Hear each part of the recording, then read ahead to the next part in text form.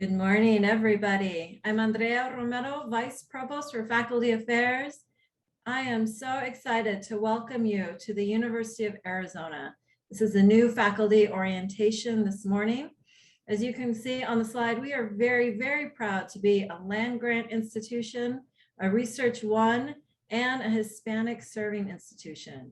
You're going to learn more about all of these things today as we get going. I myself have been at University of Arizona for about 21 years. It's been a wonderful place for me. I'm so happy to have gone through all the ranks of promotion and tenure here at U of A. It's been a wonderful place for me to live in Tucson, Arizona with my family and my two children who are now teenagers, and also to conduct my research on adolescent health disparities here in partnership with the local community. My background is in social psychology, and I'm a professor in family studies, human development, and Mexican American studies. My email, my website, my Twitter handle, everything is here for you. Please, I encourage you to follow me, also to follow at UAZ faculty for regular updates and more information.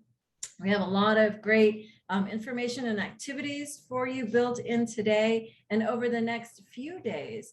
Remember, everything that we're doing this week is going to be recorded. It's on our website. If you go to our website, which will be on the slides following, there's a lot of great information, resources for faculty, campus connections, background information. We handle everything related to promotion and tenure. Last year, we offered 9 promotion workshop informational sessions, and those are all on our website. We also have a wonderful equity website with data and reports so you can get more information about the activities we're doing on campus and our dedication to equity in all things that we do and data transparency. I'd like to just share with you a little bit about our mission and vision. There we go. So our mission is to cultivate and connect institutional structures for faculty advancement across the career lifespan. Literally from hiring to retirement. We work within the overarching mission and vision purpose of the University of Arizona, which we're very committed to. We take an ecosystem equity approach across all levels of our work in recruitment of faculty, professional advancement of faculty, retention, and all policies related to faculty work on campus. Our work is grounded in an affirming, transparent, and inclusive approach to supporting faculty. You can find more information about each of these key areas on our website. Our vision is to maintain high levels of accountability, efficiency, and transparency in all activities that we do in faculty affairs. And we aim to promote understanding the role and contributions of faculty in teaching, research, service, extension, creative activity, and clinical work. If we can go to the next slide, I'd like to invite my faculty affairs team to introduce themselves very quickly.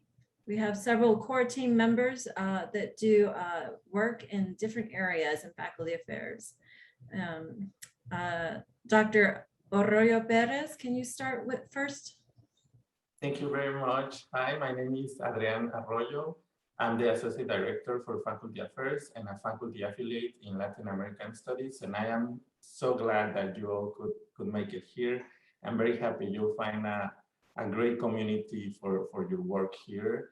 So welcome, bienvenidos todos. Muchísimas gracias por estar aquí. Y pues nuestra próxima presentadora es la doctora Judy Márquez Kiyama. Thank you. Thank you, Adrián. Welcome, everybody. My name is Judy Márquez Kiyama. I'm the Associate Vice Provost for Faculty Development. And in this role, I get to work with you all in enhancing faculty capacity and resources and support as we think about our HSI designation and what that means as faculty work with students across our scholarship, our teaching, and our service. I also do quite a bit of work with faculty search committees around active recruitment and hiring strategies. I'm a professor in the Center for the Study of Higher Education within the College of Education. And my work, my research focuses on college-going pathways, specifically for Latinx students and the role that families and communities play in developing those pathways. So welcome. We're so excited that you're here, and over to Asia. Good morning and welcome. My name is Aisha Roberts, and I am the Executive Associate to the Vice Provost for Faculty Affairs, Dr. Andrea Romero. And we are certainly so happy for you guys being here with us and being able to get the information that you need in order to start your position here at the U of A successfully. So we are here for your support, and we definitely want to be able to support you in whatever it is that you want to do here at our institution. So welcome and go Wildcats. Thank you, everybody. We're all here to help and support you, so do not hesitate to reach out. It is my great pleasure to kick off our session this morning with a welcome to you directly from the Tucson Mayor, Regina Romero. I'm really proud that she's here with us today and leading our city. I've been able to know her for quite a while. We are not related. This just happens to be a wonderful last name in the Southwest. Regina Romero was raised by immigrant farm workers in Somerton, Arizona. She has been breaking barriers early on. She is the first member of her family to vote and the first to graduate from college. She is a proud Wildcat alumni, University of Arizona graduate. She also holds a postgraduate certificate from the Harvard Kennedy School of Government. In 2007, she became the first woman to represent Tucson's Ward 1 on the Tucson City Council. While on the council, Mayor Romero helped spur the creation of thousands of high-wage, long-term jobs. She has proven to be a champion for issues such as acting boldly on climate change, affordable housing, infrastructure investment, immigrant and workers' rights, and access to a high-quality education. In November 2019, she was elected Tucson mayor, becoming the first woman and first Latina mayor of Tucson, as well as the only Latina mayor in the 50 largest US cities. She is a proud mother of 2 bilingual, bicultural, and truly, truly adorable children. She's been married to Ruben Reyes for 15 years, and I'll go ahead and turn it over to her. Thank you so much, Dr. Romero, and wonderful to see you. I had not seen you in some time, so it's wonderful to see you and your amazing staff. Muy buenos días a todos. On behalf of the City of Tucson, I want to formally welcome all of the University of Arizona faculty to our beautiful desert city. Whether you're coming from elsewhere in Arizona, another state, or overseas, we welcome you to Tucson and to the University of Arizona. I congratulate you for joining an absolutely incredible faculty at one of the world's premier institutions, and my alma mater, which I'm very proud to say.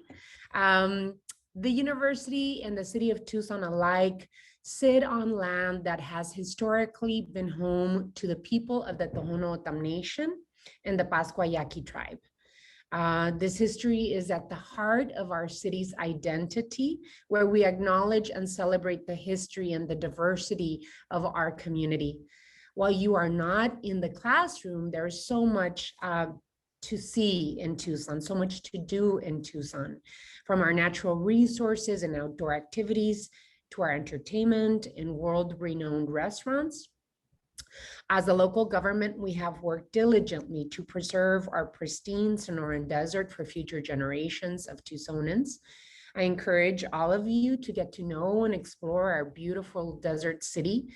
Enjoy hiking and biking trails located throughout the city of Tucson and throughout our beautiful mountains. Enjoy the desert sunsets and gaze into our night skies, which are very important for research at the University of Arizona, and which is something that local governments, including the city of Tucson and Pima County, have worked diligently to preserve free of light pollution. Tucson was the first city in the United States to earn the designation of World City of Gastronomy by UNESCO, gaining national recognition for our culinary and cultural richness, and which goes back to that history, that Native American history, and the multiracial influence that we have in our city. As a Tucson transplant myself, I was born in Yuma, Arizona, and raised in Somerton, Arizona, as Dr. Romero said, by immigrant parents. I'm sure you will come to know it as a beautiful, welcoming city, which opened its arms to me more than 25 years ago. And I'm really sure that it will open your arms to each and every one of you and your families. So congratulations for joining the amazing staff and faculty at the University of Arizona. Welcome to Tucson, and muchísimas gracias por estar con nosotros. Muchas gracias, Dr. Romero. Thank you, Mayor Romero. Thank you so much for joining us this morning. We know you're so busy and there's a lot going on. And like I said, we really appreciate all your efforts to make sure that we stay safe here in Pima County and Tucson. So thank you so much. Thank you so much and have a wonderful day. You too. Thank you. And I think we're going to quickly move to introduction for Senior Vice President for Academic Affairs and Provost, Dr. Liesl Folks. Liesl, are you here with us? I just want to make sure before I get started. I am. Fantastic. So just give me a minute to do a little introduction of Provost Folks. Prior to serving in this role, she was the Dean of the School of Engineering and Applied Sciences at the University of Buffalo, where she built a reputation as a champion for women and underrepresented minorities in science and engineering degree programs. Under her leadership at UB, Dr. Folks led rapid growth of the engineering school, including an addition of 75 faculty and 2,700 students. Research expenditures grew by 35%, and she spearheaded the creation of 2 new departments.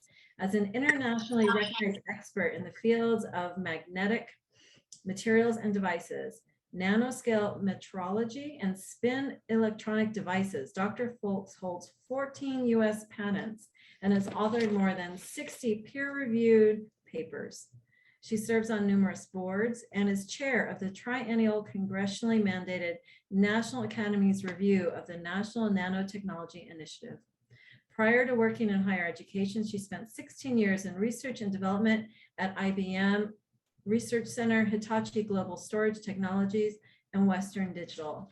I can't tell you how proud I am to work with Provost Folks. I've learned so much from her, and I've seen her just working tremendously hard since the second she got on campus. And especially in the past year, as we've been in this pandemic moment and had so many unusual challenges that have come our way, and just really proud to say that she's brought so much stability and credibility to the university as we've navigated these challenging moments. And she truly is someone who's deeply dedicated to increasing equity and inclusivity on campus. And so we're so proud to have her here with us. I know also, Provost Folks, you are in the midst of a lot of storms, literally, going on as we start the new semester. But I know that you have some important details of information and reassuring messages to share with our new faculty this morning. Yeah, and thank you for that very warm introduction, Andrea.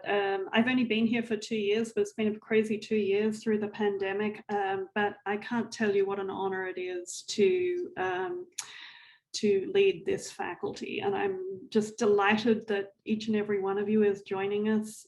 I've had the opportunity to look at your resumes, and I'm astonished at the breadth and scope and depth of the work that you do.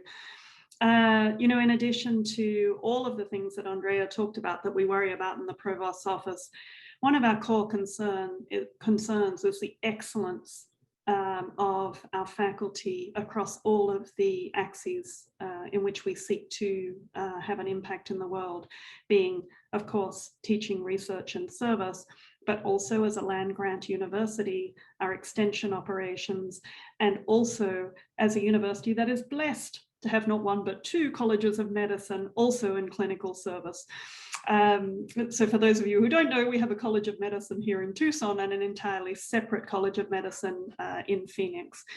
And so we are very busy, we're very comprehensive, but we must stay focused on the excellence of what we do across all of those 5 dimensions. And at the very core of that are our amazing, wonderful, truly phenomenal faculty who go out every day and just wow us with their creativity and their research insights and how they translate those to real impacts in the world. You know, I know this is this would be a time of high stress for you under any circumstances. Moving to a new institution is always a challenge because you need to figure out, how do I operate and succeed and thrive in this new institution? How do I find all the resources I need to do a great job? And how do I find ways to have a meaningful impact in this environment? So please be patient with yourself while you figure all those things out, because I know that it really does. It just takes a long time. It takes a long time to figure out where all the bathrooms are, much less which piece of paper do I need to file to get this to happen? Where do I get approvals to move that forward? How do I get resources to do what I need to do, and so on? So be patient with yourself while you move into that process. And doing it in a pandemic where we can't be in a room and really bond to each other in the way that 3D humans are good at, that adds a whole layer of complexity. So recognize that and be kind to yourselves as you undergo this transition. You know, I hope you're excited to be joining our Wildcat family. It's a family that has just incredible energy and a diversity of thought and creative direction. So I hope that you'll find a sort of a happy niche to support your own curiosity and research directions and teaching directions now that you're here and part of our community. Andrea, how long have you given me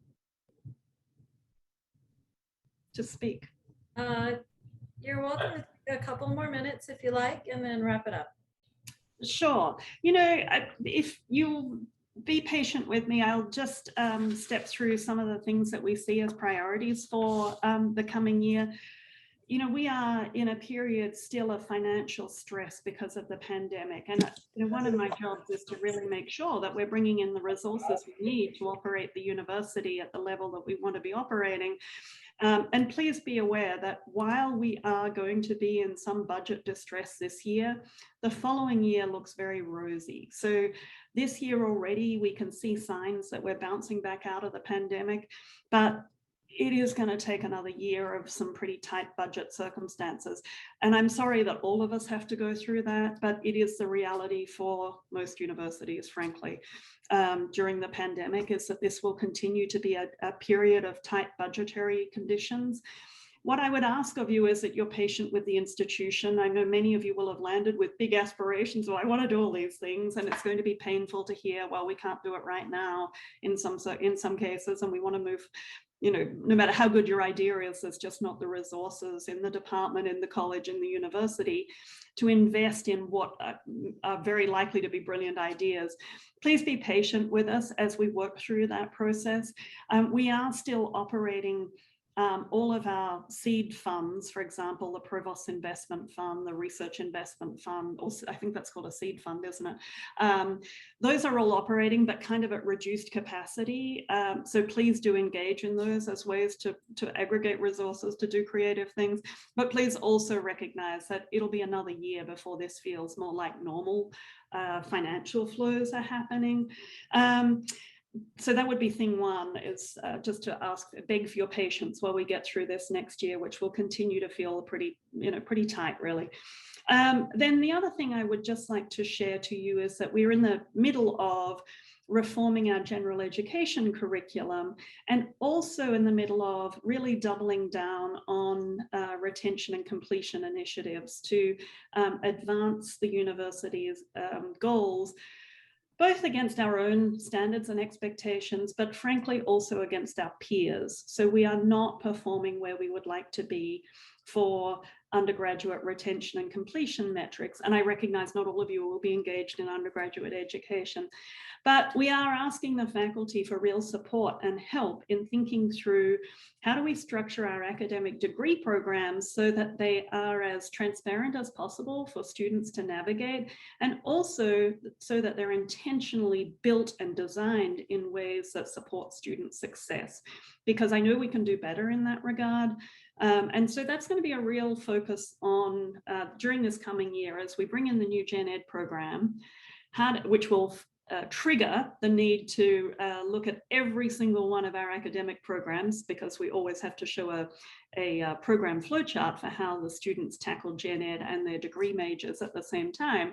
As we go through that process, let's take those opportunities to revise our academic degrees in ways that support improved student success. So those are big priorities for me this year. I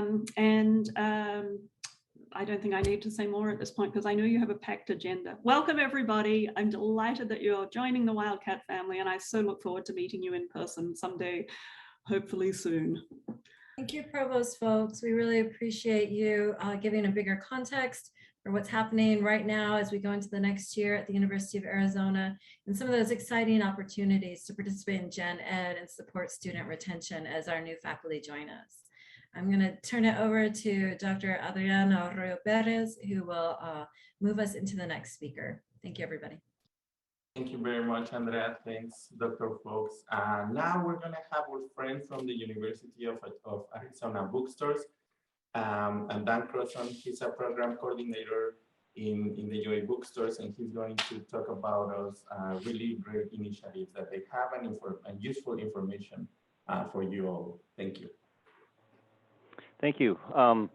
My name is Dan Crosson, as you mentioned. I'm Program Coordinator, Retail Buyer 3. I run the Inclusive Access Program here. We also have Cindy Hawk. She's the Assistant Director of the bookstore. So as I go through this really short presentation, if you have any questions, you can put it in a chat, or we can always answer them now or later as well. I'm going to share my screen here. Here we go. So I do miss being in person. Can everyone see my screen? Okay, great, thank you. I do miss being in person. I know we can't at this time, but it's really nice to get together. One thing about being on camera is they say that it adds 10 extra pounds, I think, to you. I'm not really concerned about the 10 extra pounds, but I'm concerned about the loss of hair that it looks like I have being on Zoom. I actually have more hair than I do, but Zoom kind of does that. So let's get started here. Where we began in the old main building. It's still there. It looks a little different now, the front yard. Where we are now, though, we're at 6th in the nation. I'm going through this pretty fast here. I do want to let you know that we are an independent bookstore. So we are not part of Follett. We are not part of Barnes & Nobles. We are here for the university. We are here for the students. We are here for the faculty. We are here for the campus. We're here for the community. So we're here for you guys. So one thing that we do, since we are independent and we're part of the university, is we share all of our adoptions with the library. And if they can acquire free, unlimited ebook licenses for any adoption that you send in to us, they let us know, and your students will have that free. So that is one benefit that we do for the campus. Another one that we have here is the Inclusive Access Program. We have one of the largest in the country. We call it Inclusive Access. Some university calls it Day One Access, or and what it is, it's delivered through our D2L system. It's electronic books. And as you see here on the slide, we saved over $9.3 million last year for students as opposed to purchasing a new textbook. So we're here for you guys, and we do what we can to make it affordable for students. A few other things about inclusive access is day one access. So every student will have access to that title day one. So you don't have to wait for students to purchase the textbook. You don't have to wait for them to acquire it at any other means. Day one, you can start teaching. They can start learning. One benefit is it's free through the add drop date without a W for the course. So you can start teaching. Typically for the full-length semester, it's about 2 weeks. The students get the title free. They can use it at their leisure. If they decided they do not want it, all they have to do is click on a little opt-out button in the D2L site, and they're opted out, and the charge does not go on to the bursar's account. As it shows here, we apply the charges after the opt-out date. So there's really nothing for students to do. If they want the material, if they think this is their best option, you just request that as an instructor, and we enter it through the system. So this is a screenshot of what a student would see on their book list. And in the next screenshot or two, I will show you how you can see what's actually on your course.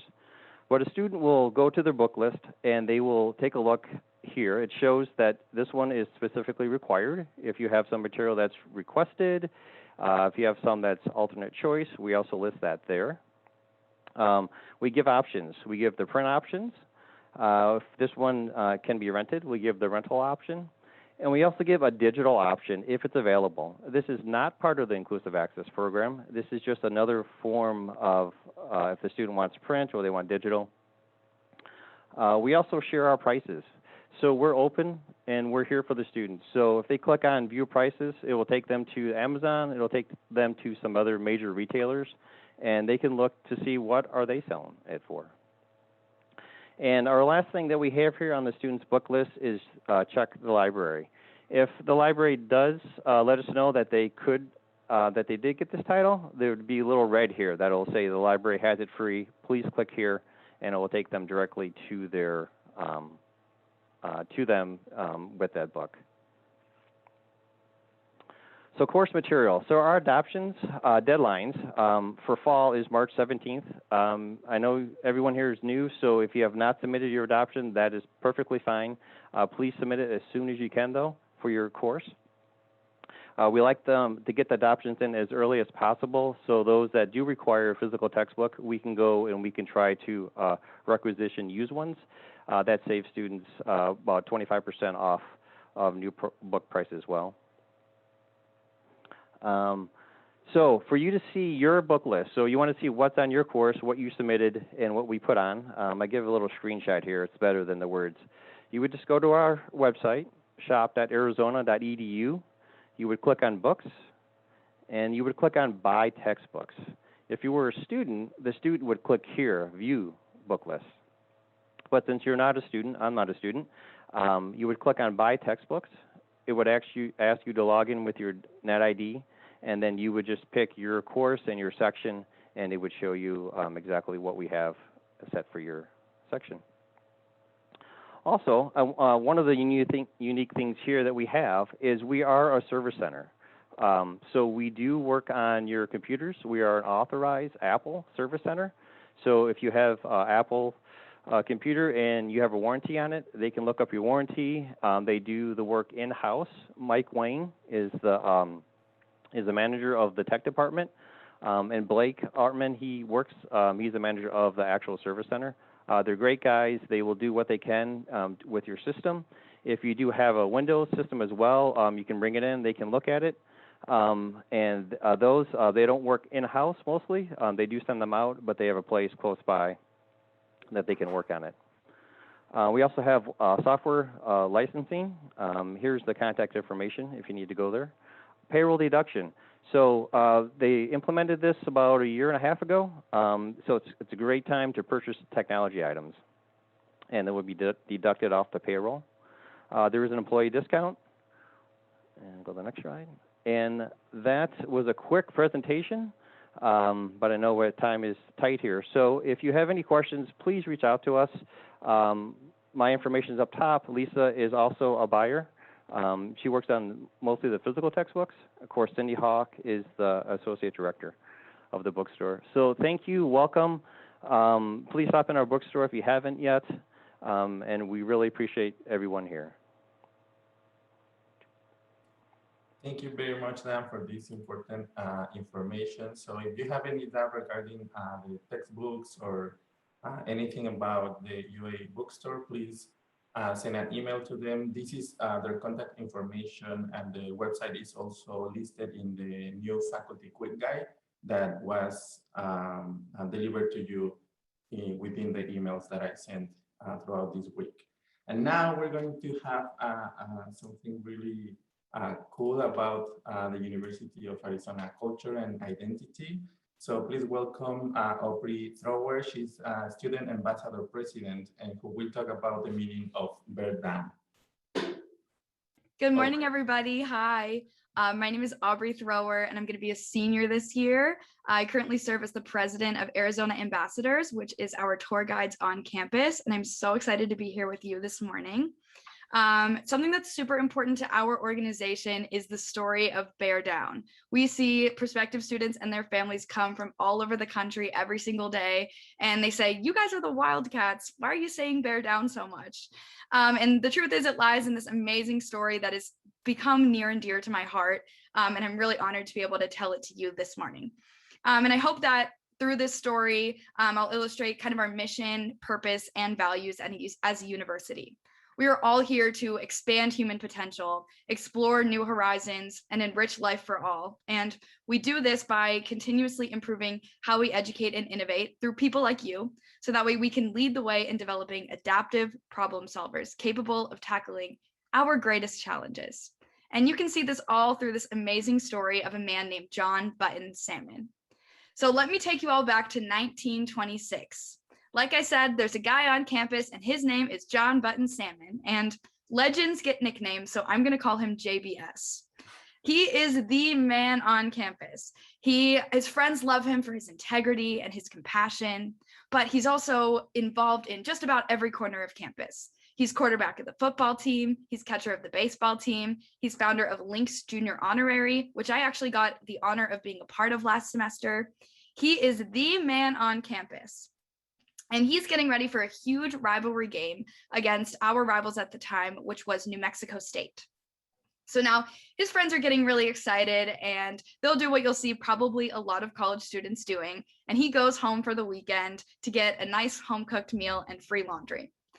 So he goes home for the weekend, and he gets his rest and relaxation in as he's getting ready for this rivalry game. And when he's driving back down, you guys have all probably been on that road from Phoenix to Tucson. Right now, it's this huge highway that we've all probably sat in traffic on a million times. But at the time, it was just a little bumpy road in 1926. And his friends are driving down that road, and they get into a horrible car accident, and JBS is hospitalized. Now, the whole campus is in disarray. No one knows what to do because this is their guy. They love JBS, and he's their friend, and he's so involved on campus, and they don't know what to do. So Coach Pop McHale, the coach of the football team at the time, goes in to visit JBS in the hospital. And I think he already knew the answer to this question before he asked it, but he said, "Are you sure you can't play?" And JBS is laying there, and he says, "No, I can't play in this rivalry game." And so he goes, "All right, what can I tell the team on your behalf? They need your spirit. They need your energy. What can I tell them?" And John, laying there, says, tell the team to bear down." Now, Coach Pop McHale probably did what you or I did when we heard that for the first time. He said, "Okay, JBS, I thought we were the Wildcats." And he puts it in his back pocket and he goes to the game. Now, if you've ever been to a University of Arizona football game, and hopefully you'll get the chance to this year, they are so much fun. Zona Zoo, our student section, is buzzing with excitement. We have Pride of Arizona, which is our marching band on campus, playing loud music, and they are so much fun, and you can feel school spirit in every corner of campus.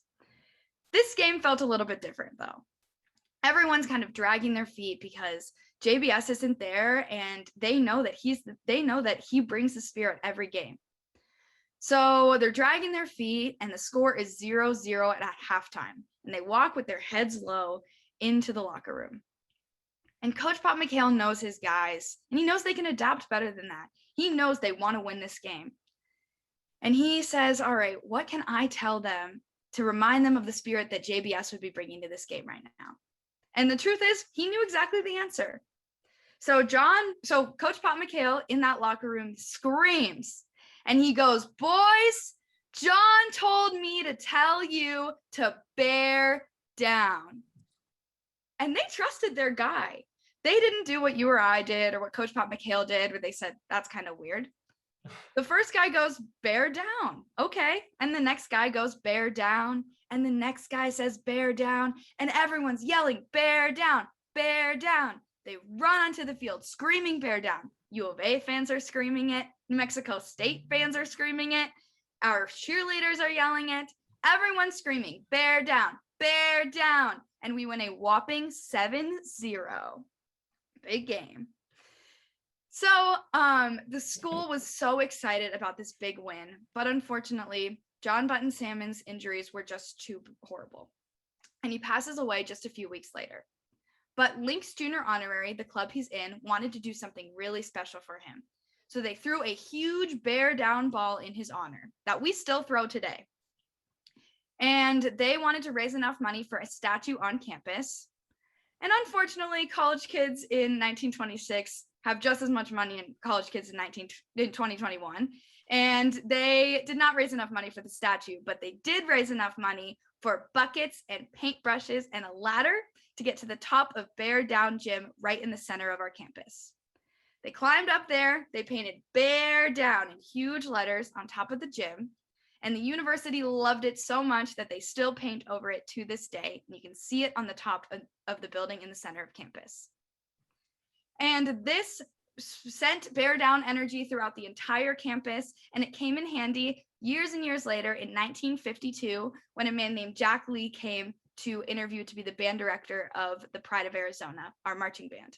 He saw that Bear Down on the top of the gym, and he was so inspired by JBS that he wrote our fight song, Bear Down, Arizona. And now we all live the Bear Down spirit all the time. And the thing that really sticks with me about this story of JBS is how my tour guide phrased it to me when I took my campus tour way back in 2018. He said, everyone lives the Bear Down spirit here at the University of Arizona. Every single Wildcat, no matter who you are, where you came from, you are living that Bear Down spirit because we bear down when we do research. We bear down when we tackle a pandemic. We bear down in every aspect of our lives. And I know, especially as a senior this year, it's going to be something that I'm doing for years and years to come. When I'm in the airport and I see someone with that A on their shirt or their hat, I'm yelling Bear Down because I feel that school spirit. And you guys will be able to see it in your classrooms and in offices throughout the entire campus. And it's just an honor for me to be able to tell you that story this morning. So I hope you enjoyed it. I hope you're feeling that Bear Down spirit. Thank you so much for having me this morning. Thank you so much, Aubrey. I got super excited. Bravo. I got excited and with new energy. So Bear Down faculty. Thank you so much. Thank you so much for being here. Now I will introduce Dr. Paul Blowers. We have an amazing and fun activity that we hope you enjoy. Dr. Paul Blowers received his BSc in Chemical Engineering from Michigan State University in 1994 before going on to receive a Master of Science and PhD from University of Illinois Urbana-Champaign in 1997 and 1999 in Chemical Engineering. Currently, he is a University Distinguished Professor of Chemical and Environmental Engineering here at the U of A, and we welcome Dr. Blowers because he has prepared an amazing and fun activity for all of you. I've been a Wildcat since 1999. Unbelievable, time passes so fast. And then you realize you have two high school students. My daughter is a high school freshman. She and my son are about 3 blocks from my office right now at Tucson High. I'm a bicyclist, escape room enthusiast, a creative cook, and I'm married to a veterinarian researcher. If you're married to a veterinarian, I'm sorry, and go you. We're fostering yet another dog. And so you have no idea how many animals we have. We're going to do some interactive questions. And in a minute, I'm going to ask you to have a browser open. And we're going to go to ttpoll.com. This is a centrally supported technology through U of A. If you want to use a clicker technology for students, if you're like me when I was a first year faculty member, holy crap, no way, just show me the bathroom in the classroom. I can't handle any other technology or anything. But we're going to get to know each other a little bit.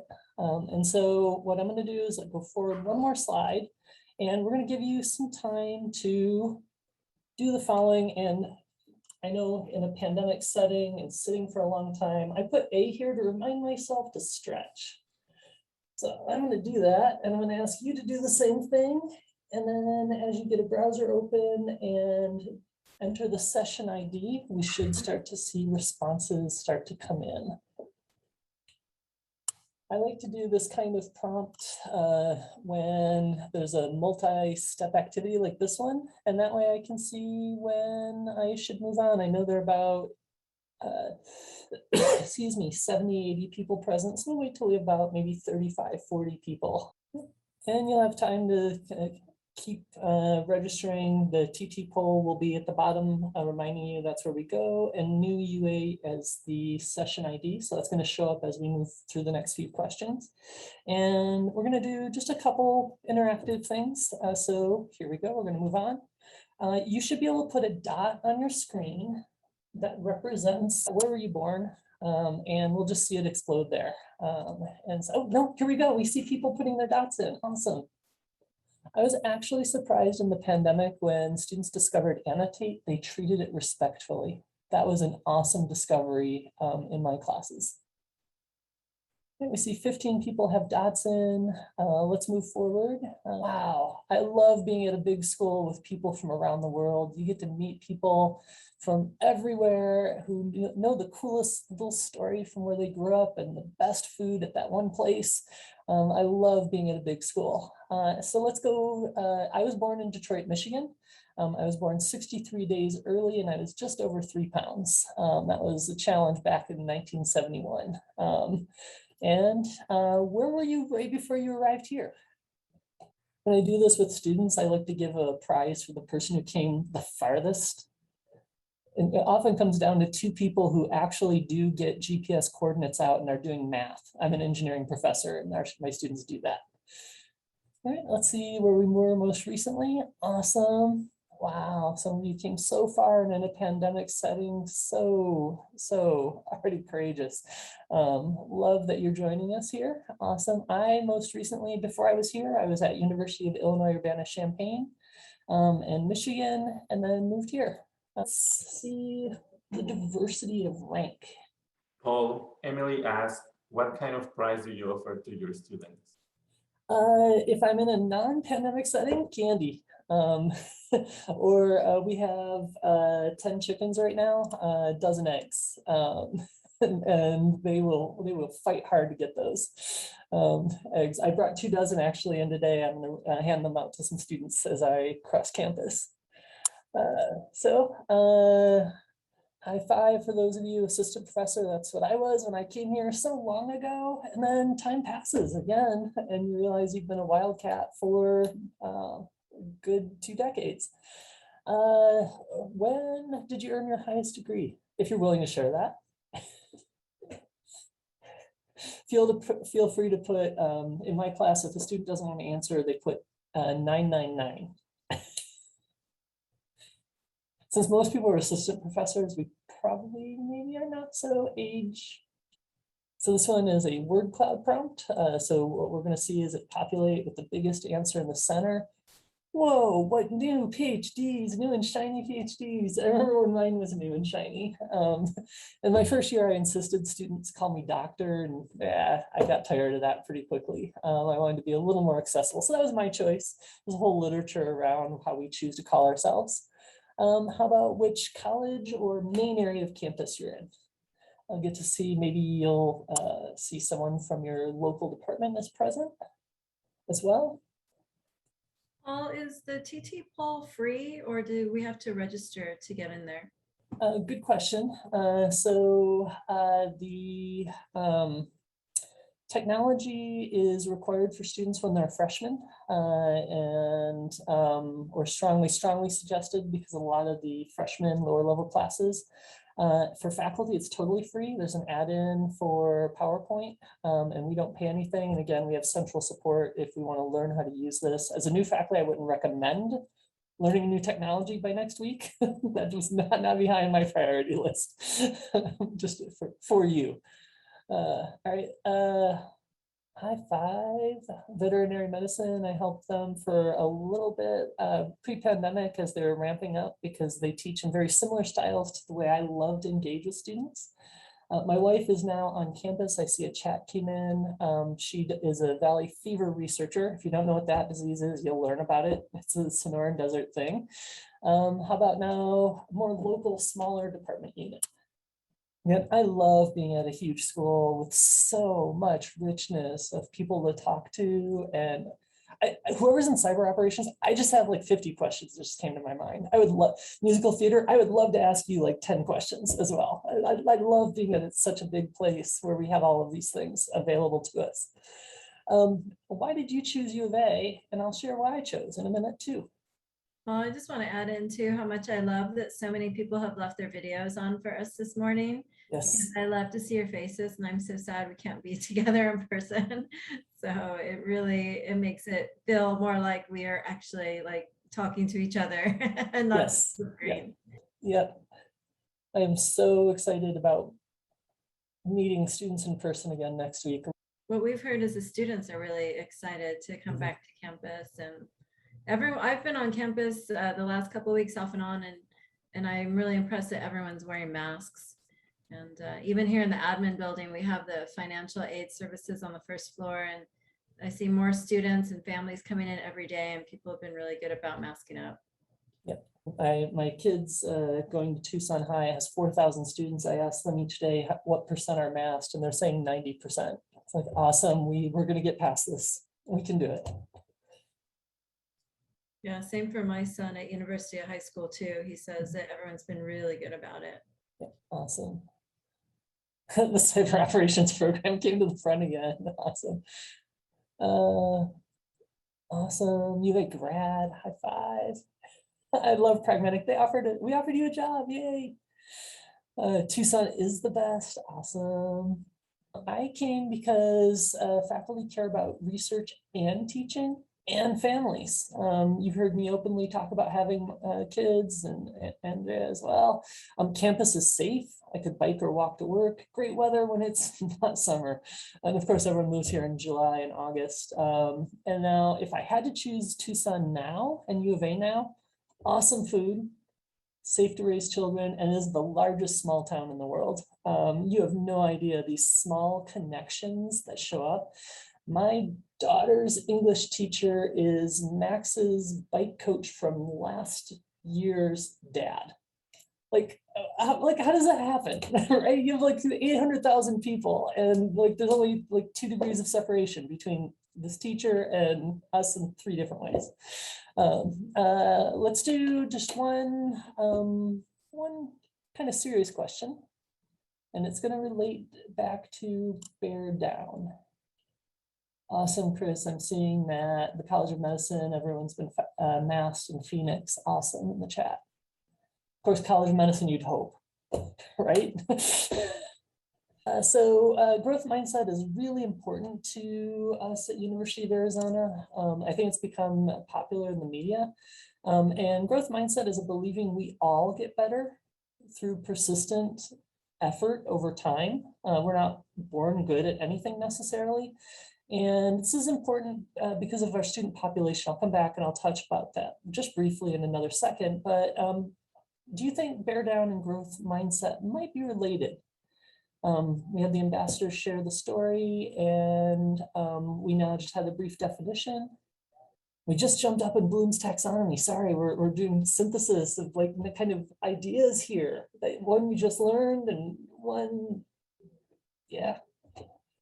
Ooh, resilience, love it. Work hard through obstacles. Awesome. We all overcame a challenge to get here. Maybe more than one, maybe 10. And I only have 2 more slides. We're going to finish, I think, right on time because I know you have a really important break coming up. And I never run over late. I used a word cloud like this in the pandemic situation where, and I'm going to do it again as we move forward. Pandemic's not over. Tensions are not over. Mental health is now we're more able to talk about it now after a year of being in this position. And I found that these word clouds were safe spaces for students just to tell me things. Ooh, imposter syndrome. You're going to find that many of us share that, including our students. And so you are going to be so credible talking with your students about that. Finding a moving company. I have friends who are moving right now. Oh my God, what a challenge. I can't believe you succeeded in the timeline that was needed. So I was first gen college student coming out of a poor rural school, just like some of you in the word cloud, just like many of our students. We have the largest first generation population of a Research One school. And just being willing to share your challenges with your students, it makes us human, makes us connectable, and makes us accessible. So this will be our last prompt. This will be, and feel free also if you have questions you want to put in the chat, if you want to put it privately, I can copy it. No one will know where it came from but me, and I'm going to go away. And hopefully we can come up with some resources if there's a challenge that we think we can help you with. And I'll also share my biggest challenge. Ooh, having a baby, congratulations. Not teaching 8 courses a year, woohoo. Long distance relationship, I was in one for 5 years. It's doable, it's not great, it's not awesome, but you come out of it. Work-life balance, always a challenge. Keep yourself sane, keep your hobbies. And at that point, I'm gonna go ahead and I'm gonna stop. I am a minute over, I'm so sorry.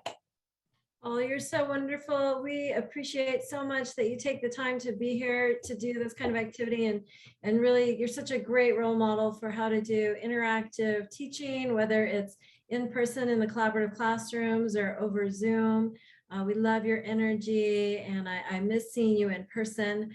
So I'm sure we'll get there soon. I love that Paul was able to, in that short time, was able to bring up and address so many important topics. And so I'm going to remind you all too that there are many resources here on campus, and Adrian has been sharing with you in the new faculty guide and other places about things like life work connections, and information also is related to campus health, where you can send students if they need some extra support. And also to let you know that Adrian will be reaching out to you soon to set up some peer mentoring communities so that you can meet in small groups, however you see fit, to share more and continue to keep each other accountable and feeling supported and less alone in this first new year. So Adrian, do you want to move us into the break? Yes, thank you very much, Paul. This was wonderful. As Andrea said, we will be sharing resources, and anytime you can contact me, and we will do whatever we can to make sure you have the resources and contacts you need. I see Dr. Federico is connected now, but we are going to, hi, hola. We're going to have a break, and we will be back at 10:15, and when Dr. Federico is going to talk about the importance of mentoring for early career faculty, which is a very important topic for you to get started in your careers. So thank you all for your presence here, and you can have a break, grab something to drink or a snack, and we will be back at 10:15. Thank you. Thank you all very much for staying here with us. While you come back from the break, our next speaker is amazing. She's Dr. Guadalupe Federico. She's an assistant in Faculty Affairs and Development in the College of Medicine, and she just told us that she got promoted to associate professor. So yay, and she will talk about mentoring, but let me introduce her first. Dr. Federico is a graduate of the University of Arizona, receiving her bachelor's degree in political science, as well as a master's and a PhD in higher education.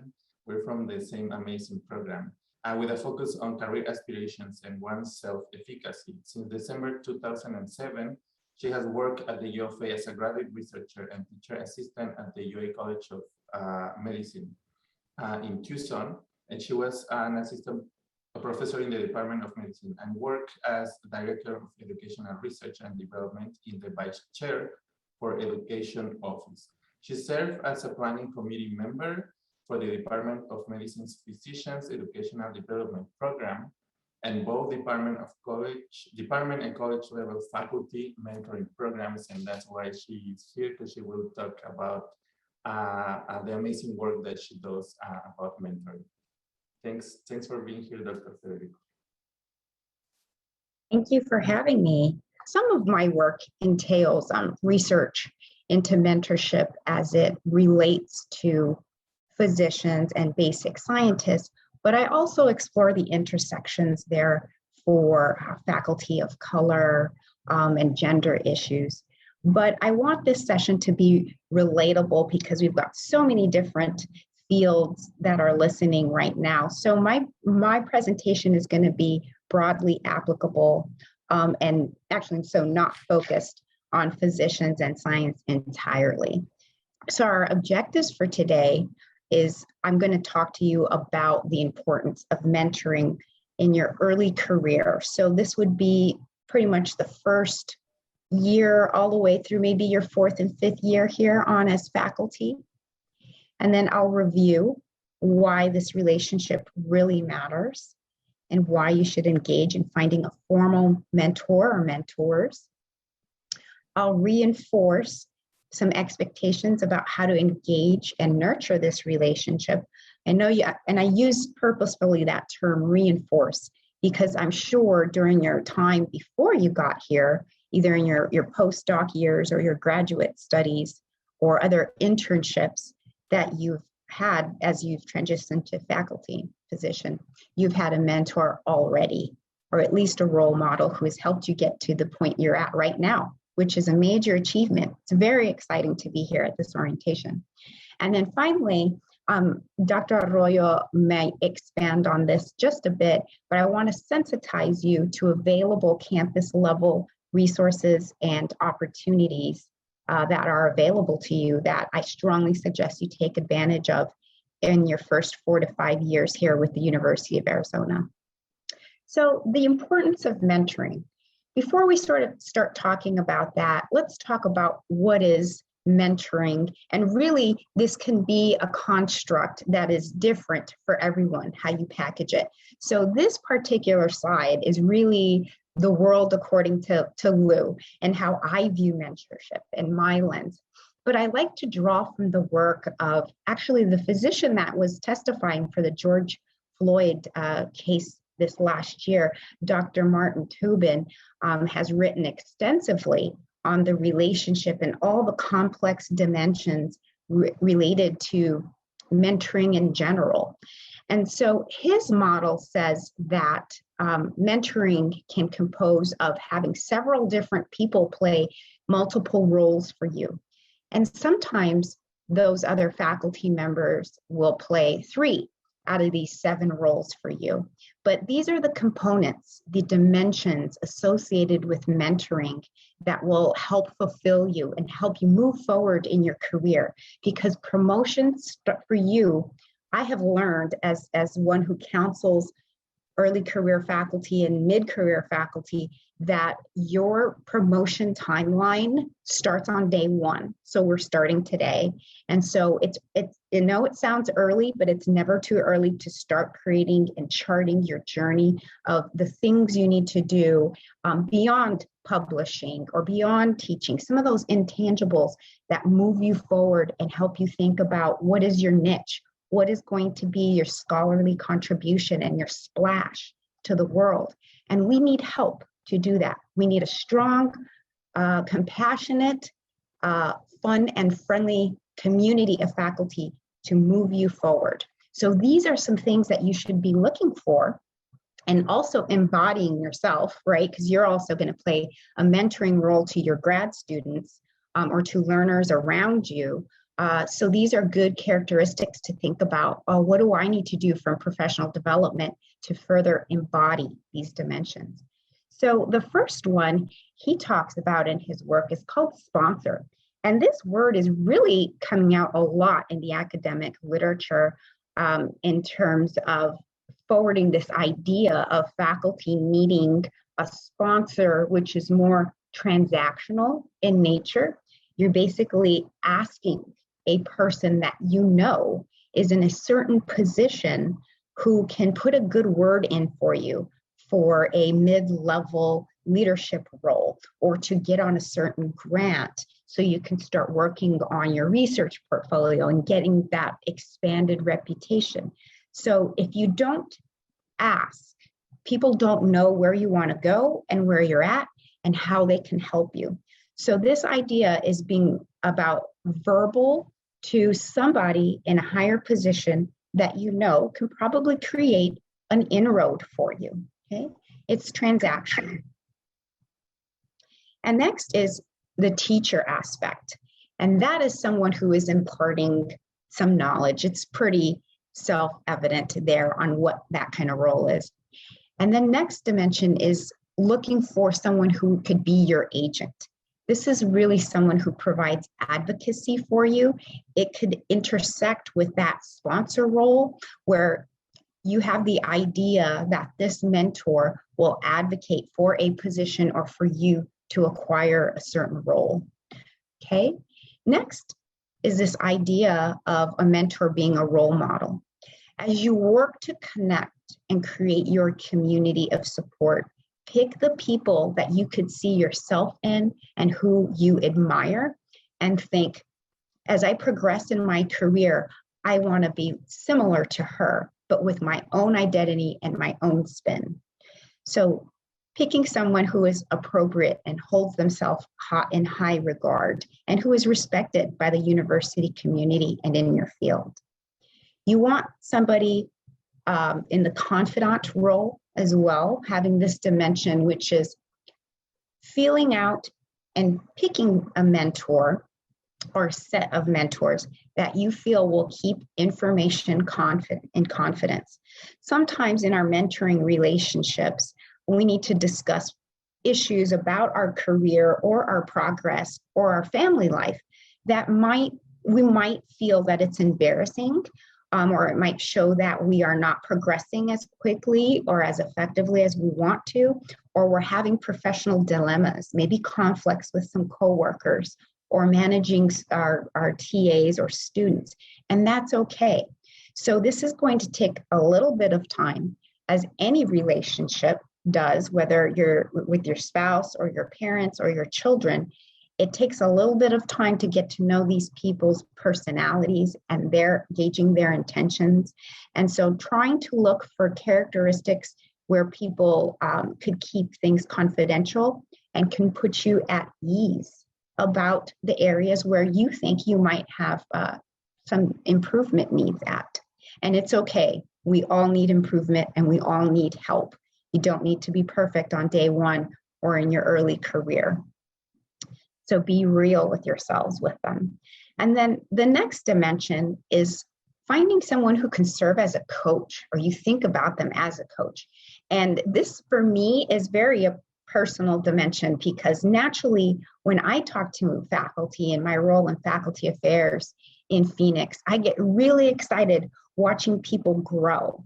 And your mentors should also show that excitement in you, watching you accomplish things or navigate your terrain. And the role of a coach is really to help give you that stamina, to remind you how amazing you are, to remind you that you're resilient and that you belong here and that the University of Arizona wants you here and we invest in you. And so it's nice when you're sort of down in the dumps or experiencing a little bit of a challenge to have someone that can be a rah there for you, because you're going to need it and you'll need it several times. And that's okay to have that coach.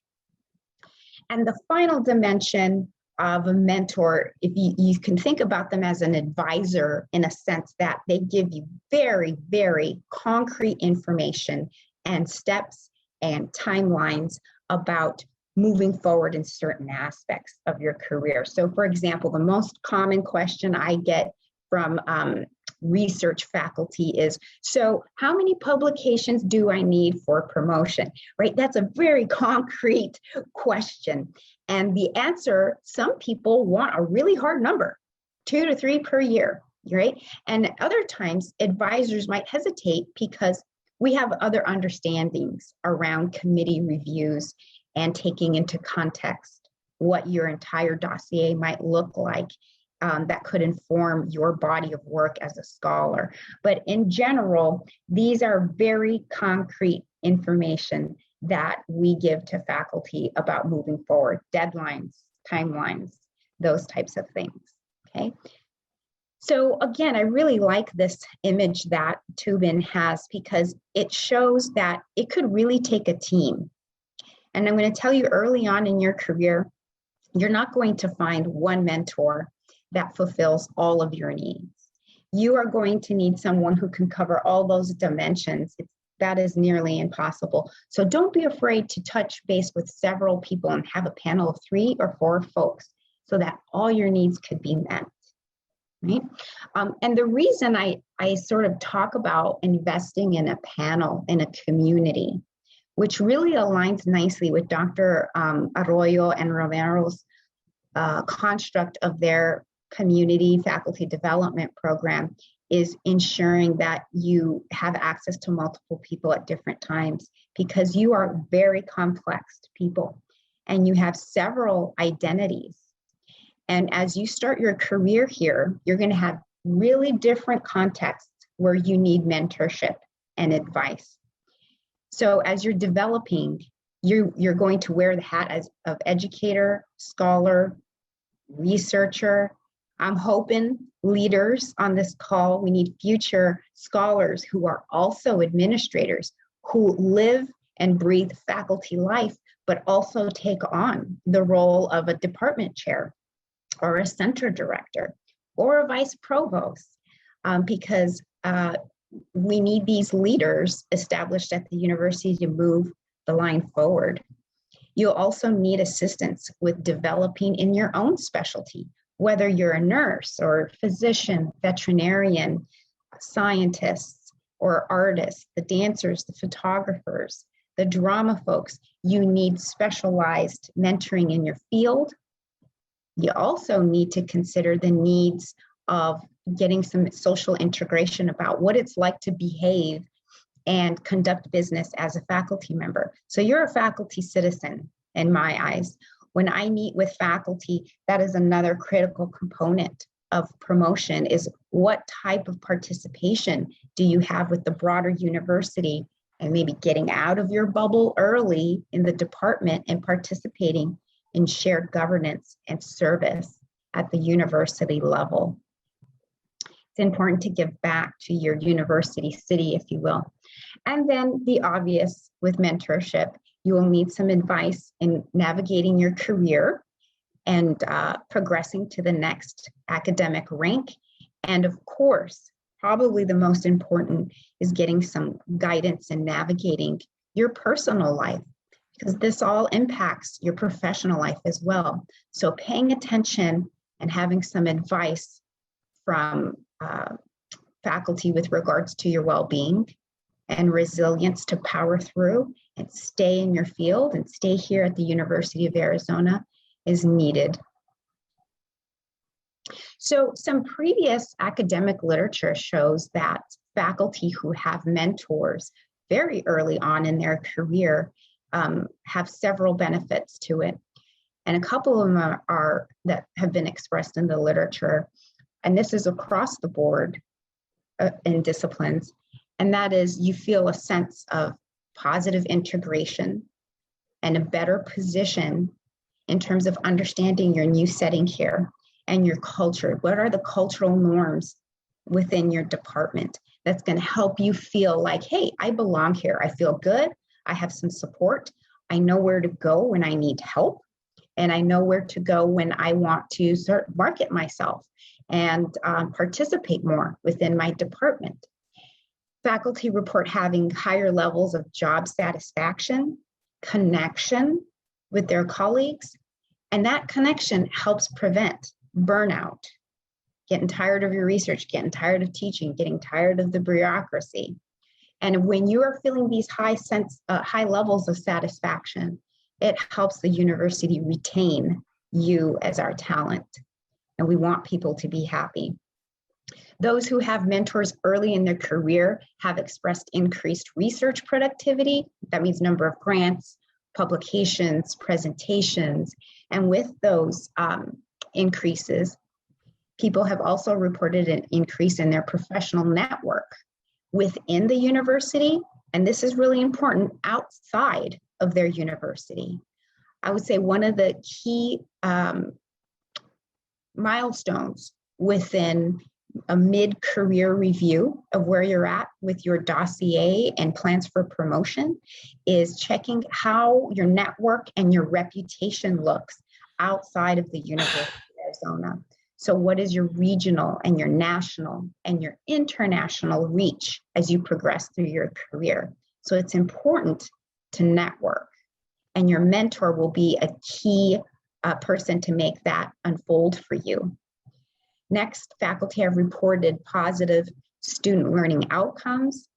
And if you have a mentor secured or a panel secured early in this first year, you'll have early access to promotion criteria to set your pace appropriately and be prepared for promotion. You'll also have early access to the unspoken rules, the traditions, and the practices that occur within your department that could help you move forward as well on time for your promotion and for feeling like you're integrated and accepted and needed in your department.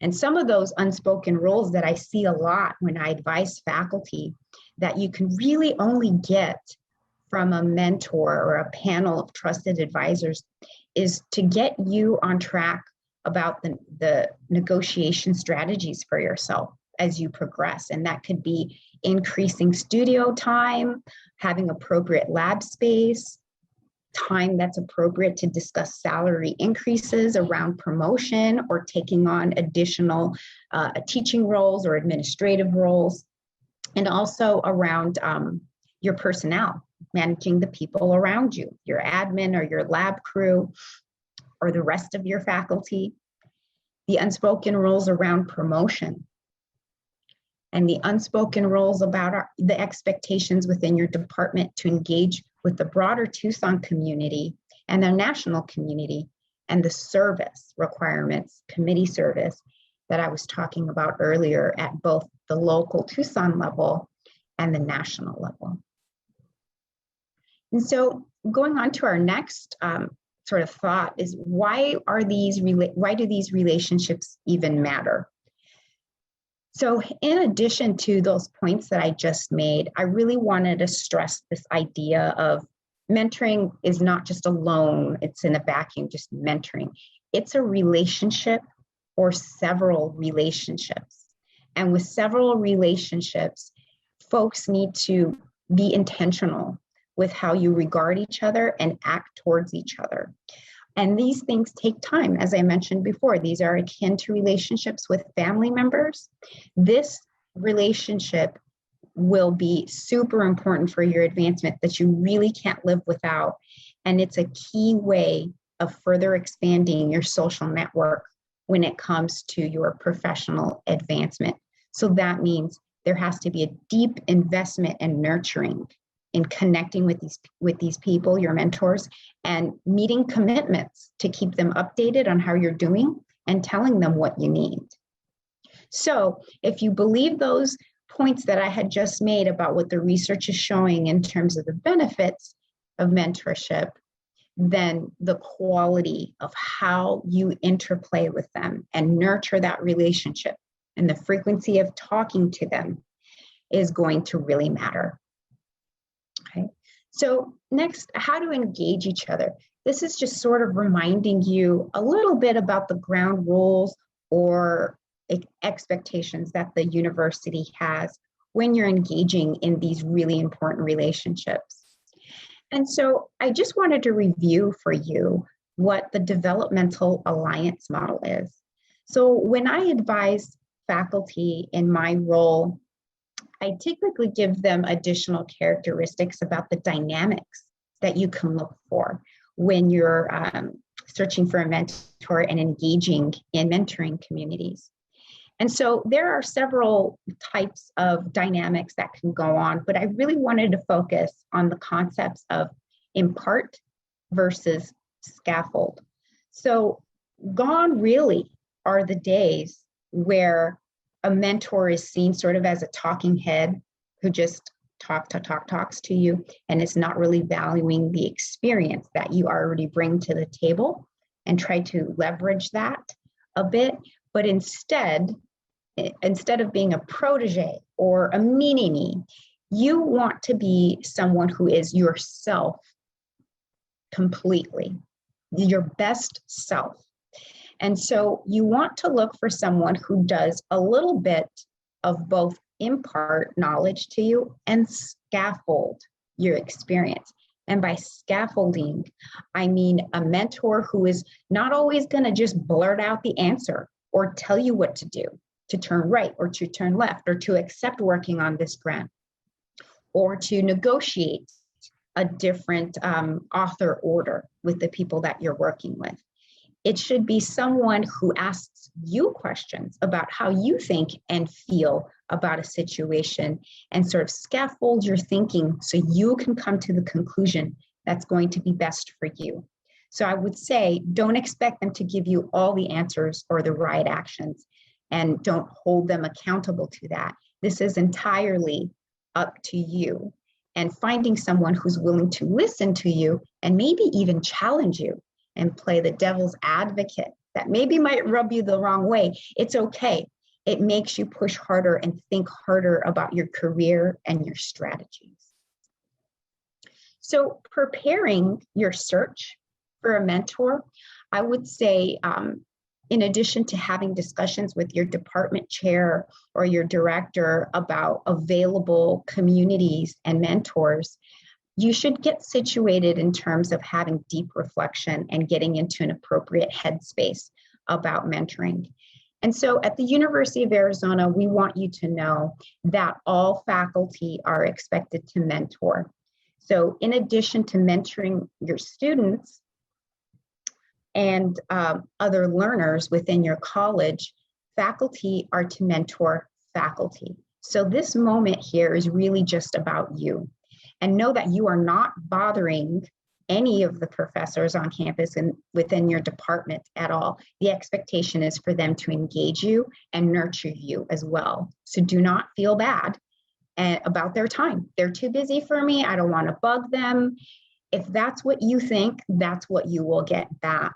But no, at the University of Arizona, we want to give back.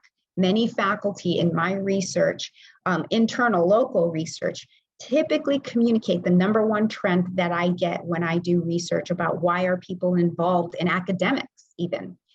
Why do you want to mentor people? And the answer is, I want to give back. That is my incentive. So there's some intrinsic motivation there. They want to help you. They will make the time. I also wanted to remind you not to underestimate each other early in your careers for peer mentorship. So connect with other assistant professors. These could be with those that are in their first year, maybe just like you, or who are at their more advanced first year, early career, and they're about to go up for promotion. That's a really nice intersecting time there to get together with them, value their experience and brilliance because they are currently sharing the same context, the same pressures, and are in lockstep probably with your own experience that they can empathize and provide some unique insight. So value each other and look for peer mentorship. The answer isn't always on top. It could be at the same level with you and even your students. I'm sure you can find advice and learn a lot from your students. And then finally, do not underestimate mentorship from those that are outside of your college. You can utilize them as consultants on any of your work, maybe your teaching work or your research work or getting involved in service. So a personal example is with me. I live and breathe physician world in the College of Medicine, but we do so much work into understanding how our medical residents and the medical students experience their clinical teaching environment. And so often we need to connect with the College of Education to understand better ways of investigating how people learn and how people behave. And so don't be afraid to start making connections or asking other mentors or your peers, can you get me connected to the College of Engineering? I have this issue and I think they might be helpful for me. And you never know what you could get back in that return. So go outside of your walls. In terms of continued engagement with each other, the expectation is for you to know that the onus of the experience largely is on you as the mentor. So take initiative around your career. No one's going to care about your career more than you. And it will show in the amount that you search and utilize a panel of mentors or strong community. So again, engaging in ongoing, deep self-reflection about where you want to be in your career 3 years from now, 5 years from now, and 10 years from now, and clearly communicating that. Be explicit when you meet with your mentors. Verbalize what you want. People don't live in your head. And if you feel embarrassed, there is some early research around generally how women tend to navigate these discussions or have perceptions about not wanting to market themselves, or it's too blunt or selfish or just odd, telling people, someday I want to be a department chair. Can you help me get to that road? What are the things that I need to do? And there should be no shame in that at all. You are simply engaging in your own career investment. And again, people don't know what you want unless you express yourself clearly. And it's okay if that path changes. It's winding road. And I know all of us have been through several changes throughout our lifetime. We really didn't know we were going to be in positions that we are right now. So it's okay to let go and be flexible and let things unfold serendipitously for you. When you meet with mentors, make sure you show that you've had that deep reflection by coming in prepared with agendas ahead of time to discuss. Make sure you are respectful in terms of your engagement, being on time, canceling and writing, honoring timelines for projects, and communicating gratitude to them in sporadic intervals. And I typically go through this talk with our senior professors and our professor emerita, because I like to remind mentors that they also have obligations and expectations to the mentees.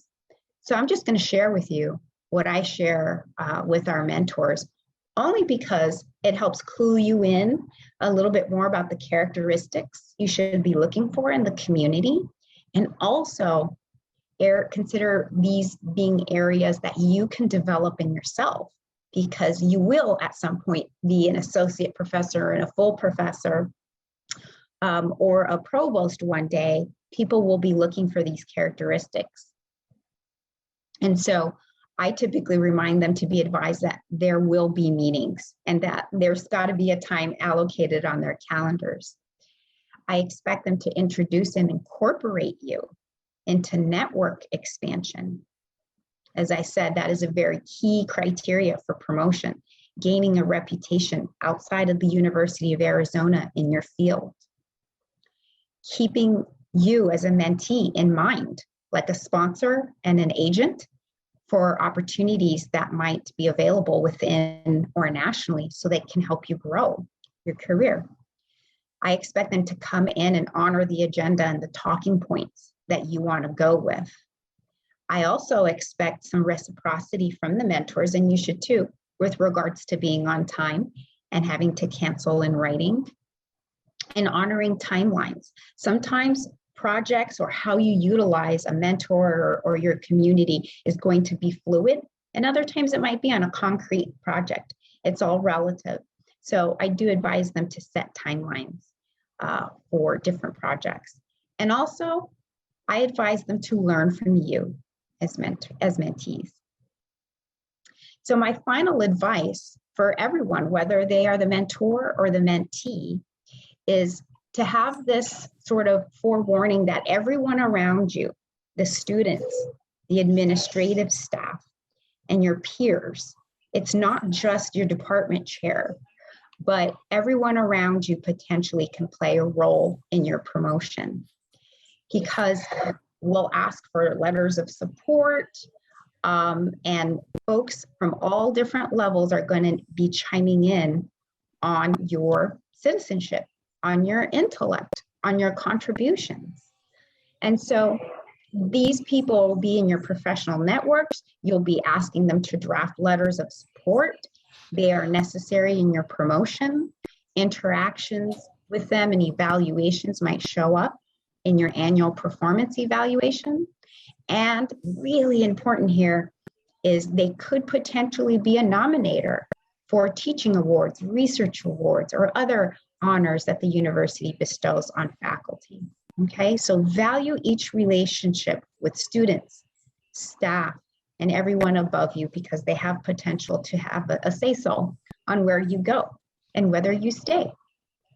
So my key takeaway here is to invest in yourself and prioritize a panel or a community of mentors for your own professional development, and do the work, nurture those relationships. So within this first month, I highly recommend that you check in with your department chair about, again, promotion criteria right now so you can set the timeline. It's an overwhelming amount of information sometimes when you're new on board, but the more you look at it and early on that you look at it, it starts to disarm you a bit, and it seems like you can take it in chewable pieces, and it becomes very real and manageable. It allows you to pace yourself appropriately. So you can ask them as well for formal mentorship programs within your department or faculty communities that might be available, and mentors that are available within your department or with the broader university. Okay? So we are dedicated here at the university to your success. We want to see you grow. And so just to close, I wanted to remind a few folks about the campus level resources, opportunities, and support. So in addition to asking your chair, hey, what mentors are available for me? And do you have any formal programs that I can get involved with? I'd like to get started on my promotion path now and get the help and support that I need. Can you direct me?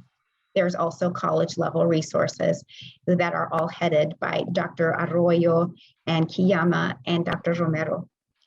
And so from a college level, and I'm sure you have these documentations available to you, and I really encourage you to read through them thoroughly and early.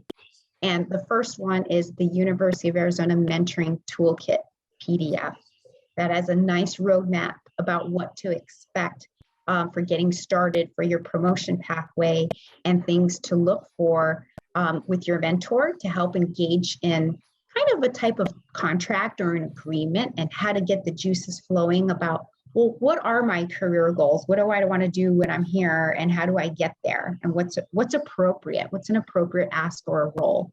So it leads to a nice sort of mind map for yourself to refer to as you think about expanding your networks as well.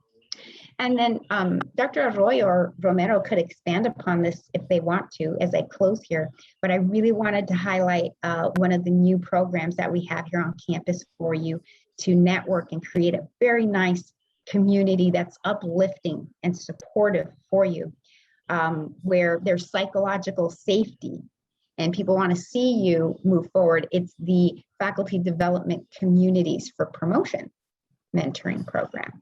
And so, Adriana, if you just want to quickly tell us about the goals of that program and how folks can get involved in that mentoring, that would be great. You have to unmute. Thank you very much, Dr. Federico. Yes, and Luz said you should be able to ask your department head, your peers, for mentoring resources, but we in Faculty Affairs were really we were listening to the needs of faculty, and this has been something that faculty have been asking for a long time. So last year we developed for the first time a central institutional mentoring program. It is a peer mentoring program for faculty for new faculty of all colleges. As Luz said, is the Faculty Development Communities for Promotion Mentoring Program. The objective of this program is to prioritize guiding values of excellence, honesty, trustworthiness, and compassion to help communities discuss and navigate their professional development while on the pathway to promotion and tenure. So this program is very focused on promotion, and our foundational values are those ones that I mentioned. And so we are going to soon send an invitation to all new faculty to be able to register for this type of program. So the structure of the program is that we have 4 to 5, we form groups of 4 to 5 faculty, and we pair them with one mentor who has a lot of experience in reviewing dossiers and promotion dossiers here in the University of Arizona. And the idea is that the peer mentoring group, the 4 to 5 group of faculty, meet every week, and then the groups can negotiate the meeting with the frequency of meetings with the mentor. Most of them do it every month or every 2 months. So we will be sending that out, and as Dr. Romero just put in the chat, we have some resources also for you to join. Dr. Romero, you want to say something? Oh, I just want to say thank you so much to Dr. Federico. We love and appreciate all your time, and presentation was right on point as always. And yes, thank you also to Dr. Arroyo Perez for his description of the peer mentoring program. You'll be getting emails about that, so just make sure to keep an eye out for that and follow up. We have an institutional membership with the National Center for Faculty Development and Diversity. It's a lot of great free resources. There's webinars, there's accountability, writing groups that you can join. There's a lot of great opportunities there. Also, I'm really excited to share with you that we are going to be kicking off a new mentoring institute here on campus through the support of the Office of the Provost, as well as Research, Innovation, and Impact. They're coming together to support us moving that forward. And so in the future, I know Lou has a little happiness, yes, celebration. We'll be providing resources like training to become the best mentor you possibly can be, and supporting more of these peer mentoring communities throughout campus for faculty at all levels. We did the peer mentoring community last year. It's a pilot with the new faculty, the incoming faculty, and it went really well. And so we're really looking forward to continuing it again this year and expanding it. And one of the things I really love about the new approach to mentoring is that you have multiple mentors. And so Dr. Federico did a really great job of kind of breaking down some of the different things that you might look for. Also on the NCFDD website, you just go there, you use your U of A email. It's real easy to log in. They're not going to send you extra stuff unless you ask them to. There's some wonderful Monday morning motivator emails that they send. I love getting those. But also on that website, there's what they call a mentor map. And that's a great tool to download and really think through if you're getting all your needs met and connecting with all the right people. So thank you, Dr. Federico. I'll turn it back to Dr. Arroyo Perez to lead you to the next speakers. Thank you very much. Thank you, Dr. Federico. It was an amazing presentation. So now you all know we have resources, we have mentoring resources for you. You can reach out to me personally for this FDCP, for the Faculty Development Committees for Promotion Mentoring Program. And then we will launch this institute that Dr. Romero mentioned. Thank you very much. And now I'm super excited to go on our next set of the speakers. They are going to talk about our designation as a Hispanic serving institution. As Andrea said at the beginning, Dr. Romero mentioned we are a Research 1 land-grant Hispanic serving institution. You will get to know more about that. So we have here, and I saw her connect. Hi, Marla. Dr. Marla Franco. Dr. Franco serves as the Assistant Vice Provost for Hispanic Serving Institution Initiatives. She has worked in higher education for nearly 20 years at public universities in California and Arizona, having served in various roles within academic and student affairs, to champion greater college access and degree attainment among underserved and minoritized students, which strongly informs her work today. Dr. Franco led efforts that resulted in the UA becoming the first four-year public university in the state of Arizona to be federally recognized as a Hispanic serving institution by the U.S. Department of Education in April of 2018. It seems a lot, but it's just recent. She's now working across the university to develop a centralized vision for maximizing this designation in a way that truly benefits students, faculty, staff, alumni, and community members. That's an important part of her work from diverse backgrounds. We also have Dr. Judy Kiyama. Dr. Kiyama serves as the Associate Vice Provost for Faculty Development here in our office. In this role, she implements efforts that further the aims of the U of A to excel in its Hispanic serving institution designation through increasing institutional capacity among faculty. This includes developing equity-focused recruitment, hiring, and retention practices, and developing faculty capacity in research, teaching, and curriculum and service. Dr. Kiyama is a professor in the Center for the Study of Higher Education. And prior to serving in this role, Dr. Kiyama was chair of the Higher Education Department at the University of Denver's Morgridge College of Education, where she supported faculty in developing their scholarly agendas, inclusive teaching practices, and annual review processes. Dr. Franco is also a faculty affiliate of the Center for the Study of Higher Education, and I have to say they are both super heroes. So please welcome both of them. Thanks for being here. Yes, no, thank you certainly to Faculty Affairs for including us as part of the new faculty orientation. I mean, I think that that is a sheer signal among many of what institutional commitment looks like in practice as a Hispanic serving institution. Once again, my name is Marla Franco, and I serve as the Assistant Vice Provost for Hispanic Serving Institution Initiatives here at the University of Arizona.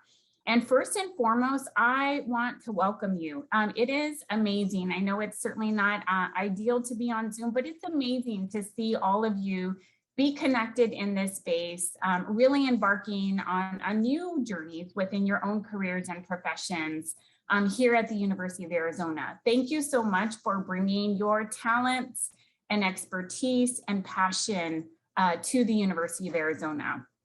So I also want to welcome you, not just to the University of Arizona as your new workplace, but to also share with you that you work at a Hispanic serving institution. Perhaps maybe some of you had the prior opportunity of working at an HSI or other types of minority serving institutions.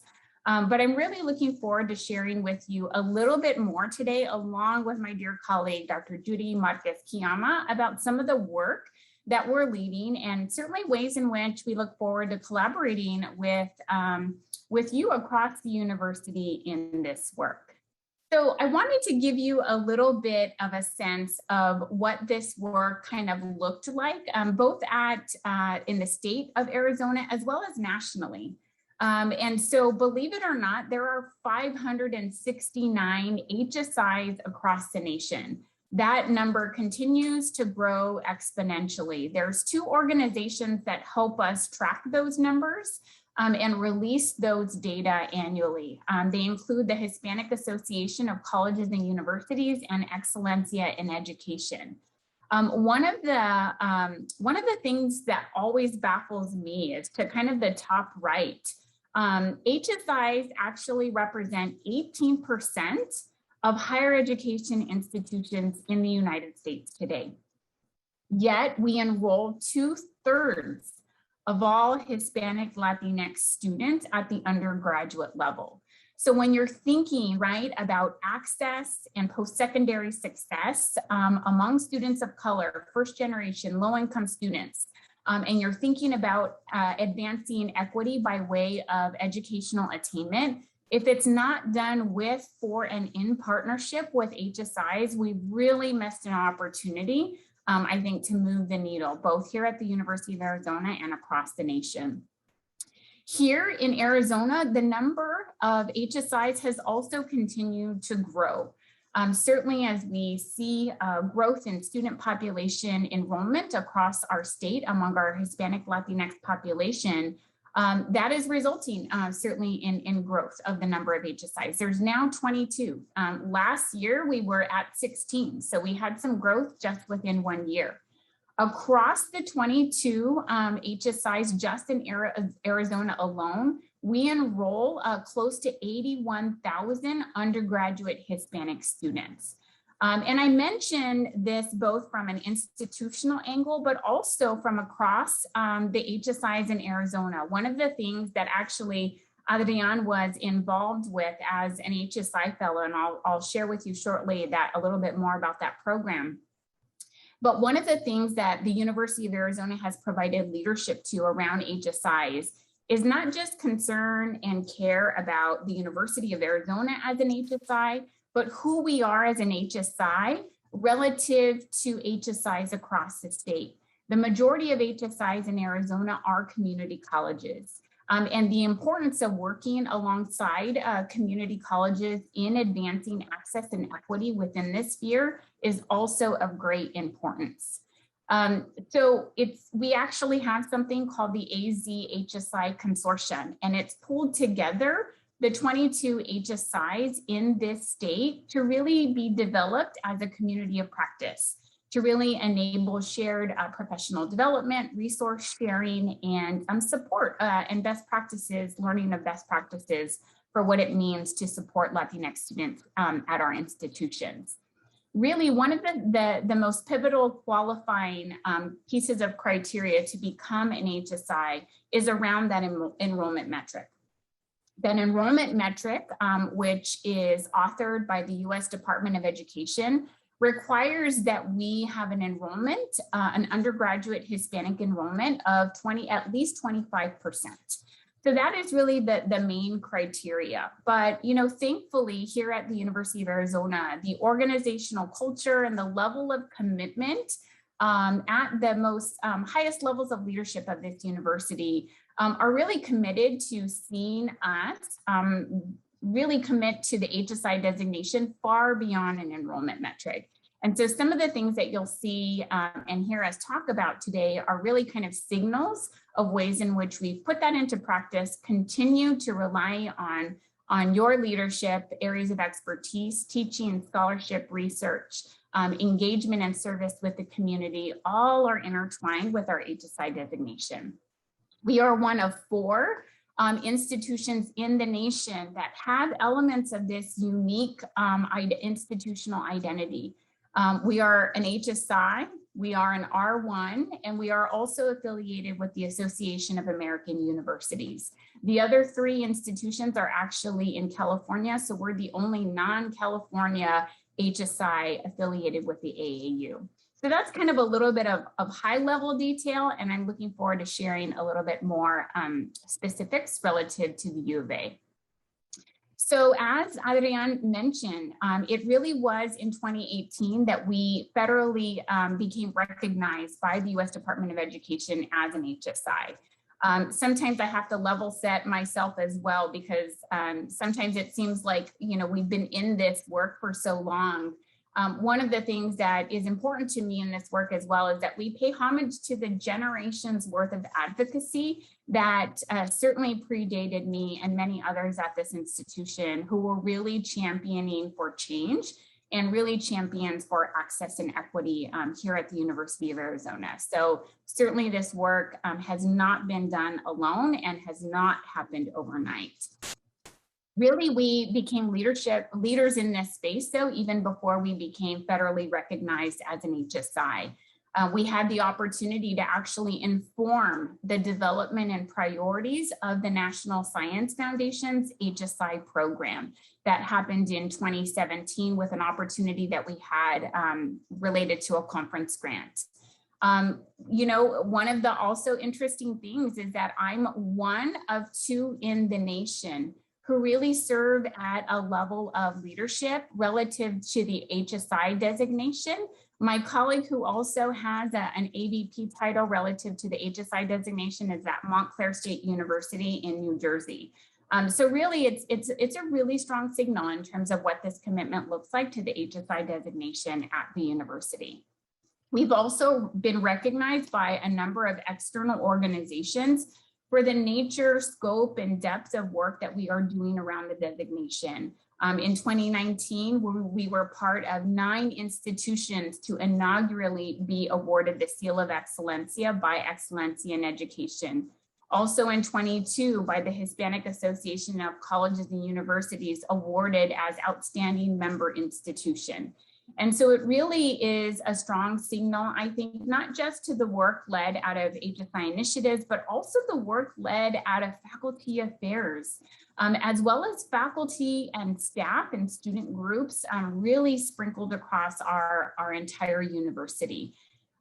You'll hear from Judy in a little bit, but she also, in 22, we were able to hire an AVP for faculty development, knowing that that was a critical piece to the puzzle for advancing our HSI designation and really ensuring that there were practices and support systems and mechanisms to really support faculty in really being a part of this work in new and exciting ways. So this is a little bit just about our history. There's certainly more to it, but I just wanted to share some high-level highlights. So really, as I said, we treat this far beyond an enrollment metric, right? Access is important and key, right? But also just as important as access to our institution is what our students, as well as faculty and staff, going to experience once they come here to learn, work, and lead. And so Dr. Gina Garcia, one of the leading researchers on HSI, says that it's neither the percentage of Latinx students nor the federal designation that actually defines what it means to be an HSI. And for those reasons, we actually author and self-author that narrative for us. What do we want this work to look like? She's got a typology of HSI organizational identities that she's published.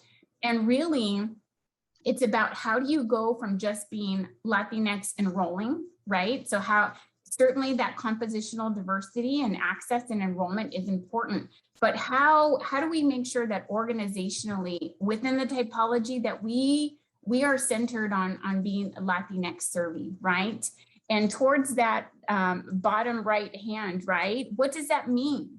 It's an institution that not only enrolls at least 25% Latinx students, but it also really creates the mechanisms and organizational culture and systems that help produce equitable outcomes for these students, helps enact a culture that is educationally and affirming, culturally responsive, and welcoming. And those are actually the same characteristics of an organizational environment that we want for our employees. We want that very same thing for you as well. And lastly, before I turn it over to my colleague, I wanted to mention one of the programs that we actually have that has been a tremendous opportunity for building capacity to really inspire institutional leaders among our faculty and staff to really link arms and co-champion this work. And it's been a tremendous opportunity. We are now actually about to start our 4th cohort of the program. It's a 1-year professional development cohort-based program. There's about 10 fellows each year that are selected that span across 10 sessions within the academic year that really help faculty and staff generate and understand an awareness around this designation and to see it in connection and relative to their own scope of responsibilities. And really, it's just been a very powerful way to build institutional capacity around this work. One of the things that's really also pivotal to the HSI Fellows Program is this project-based component.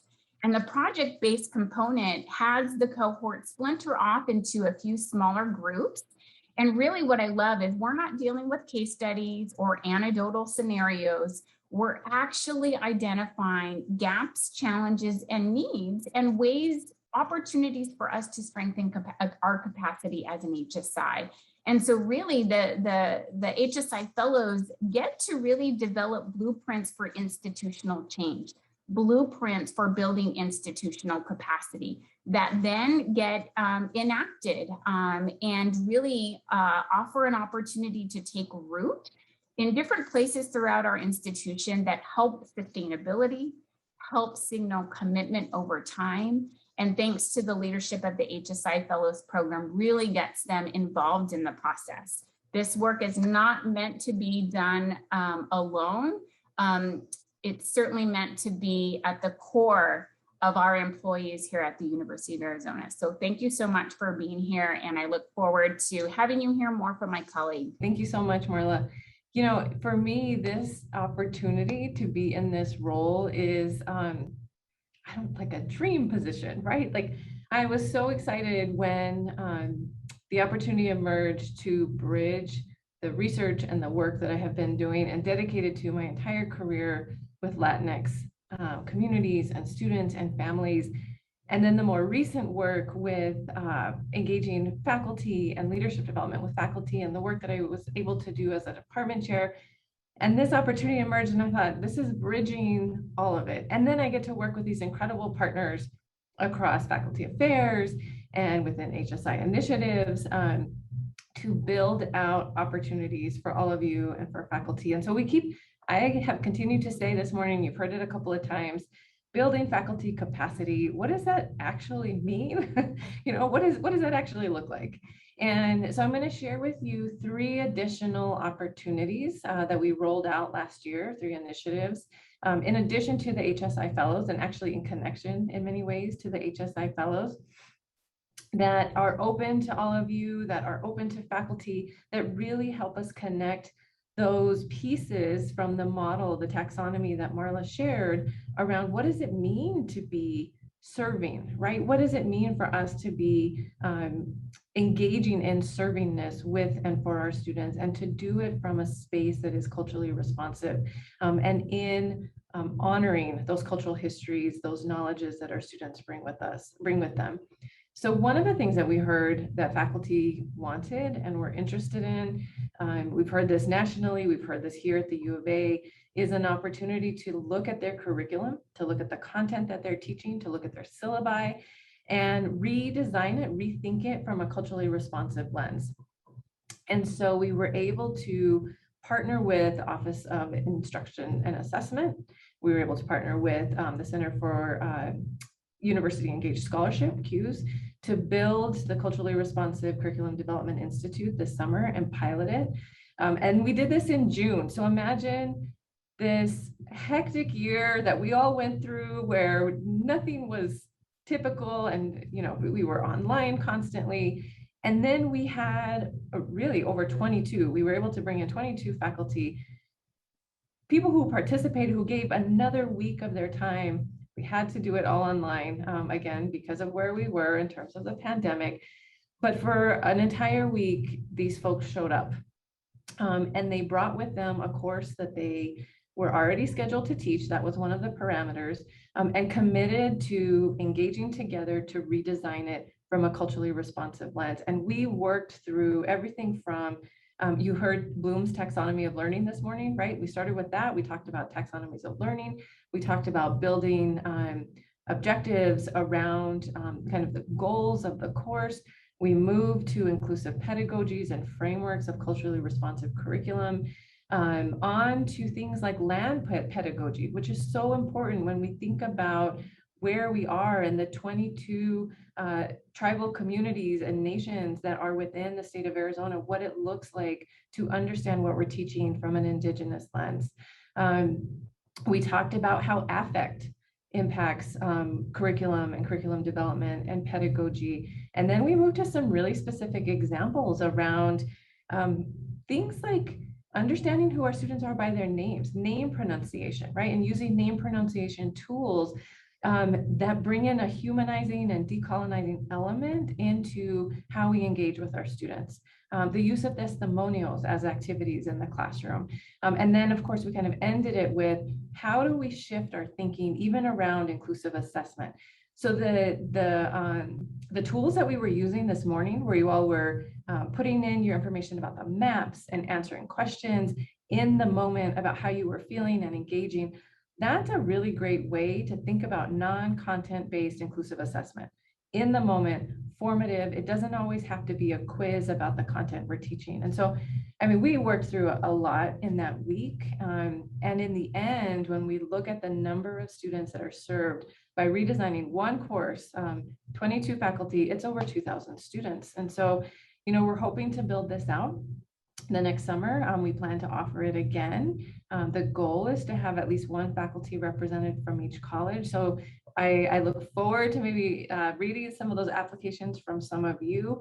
We know that this doesn't just impact the one class, right? Once we receive new tools and information, that's expanded into the multiple courses that we're teaching and how we engage with student learning outside of our classes as well. So this is one great initiative that we were able to launch. The other are Hsi Seed Grants, and this is in partnership with RII, so Research, Innovation, and Impact. And you know, last year RII set some goals around really thinking about who researchers are, who PIs are, and how we can engage in more racially just forms of research, how we can build mentoring opportunities for early career faculty along with senior faculty so that faculty and PIs are ready for applying for those external grants, applying for funding that really builds out their research and scholarly agendas.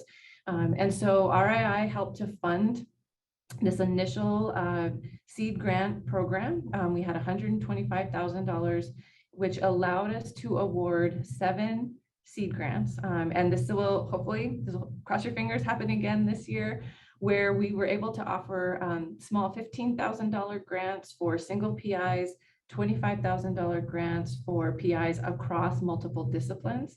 And we prioritized early career faculty, and we prioritized scholarship that directly benefits and is in partnership with BIPOC communities, that's Black, Indigenous, and people of color communities, underrepresented or underserved communities, those that advance our HSI designation, tied to queer and trans communities. So we really prioritize that scholarship again, that is moving forward what we believe advances this notion of HSI servingness. So you can see on the left, the 7 projects that were awarded. We had 43 proposals come in, which were so many more than we were anticipating, which is amazing. But you can see this spans across multiple disciplines. Some of these are very tied to medical research. Others are community-based research in partnership with Indigenous communities and Latinx communities. I mean, I can't wait over the next year to really learn more about the findings of these projects and the ways in which they're building them out in partnership with the communities and then applying, of course, for hopefully larger funding moving forward. So look out for this come early spring, probably January, February. The last one is ongoing. It's our Centering Servingness webinar series. This is something we offer monthly. And in this way, we're able to spotlight faculty and a few staff members as well, who, as Marla said, have engaged in servingness work their entire careers. I mean, if you look across the U of A, and you've heard so many people say this all morning, there are just like gems of people who have been doing this work like you, right? Who are just so dedicated to advancing this notion of servingness. And so we were able to bring in 16 faculty and staff members over 7 different part series, and they covered different programs that are going on. They covered their research. We highlighted faculty from Mexican American Studies, and they each answered a question at the end around what is it going to take? What do we need to institutionalize this notion of servingness? And you can see some of their responses on the site: be intentional, be visible, be resourced, be intersectional and consequential. If you look on the HSI initiatives website, we've linked an infographic that has a summary of last year's webinars. All of the webinars are recorded and they're there for you as a resource. And we'll keep those up, and then we'll start on September 16th with our next webinar for this year, and we have 7 more planned for this year. So please join us for these. Again, this is a way to just make connections across the campus. It's a way to see and learn from others who are doing similar work. I'd like to believe that there were a lot of partnerships created as part of it. And certainly in some cases, we were able to connect some of the faculty with opportunities for some resources to further build out their programs and their scholarships. So we look forward to seeing you as part of this webinar series. There are more initiatives to come. Keep checking out the Faculty Affairs website. Check out the HSI Initiatives website. We're very active on social media. Marla is wonderful about keeping social media up to date.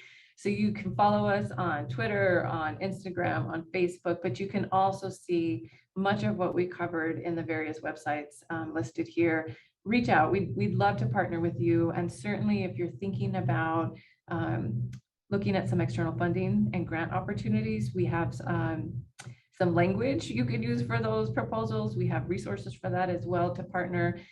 So please don't hesitate to connect with us. And I think, I don't know, Adrian, do we have time for maybe 1 or 2 questions, or did you want to move?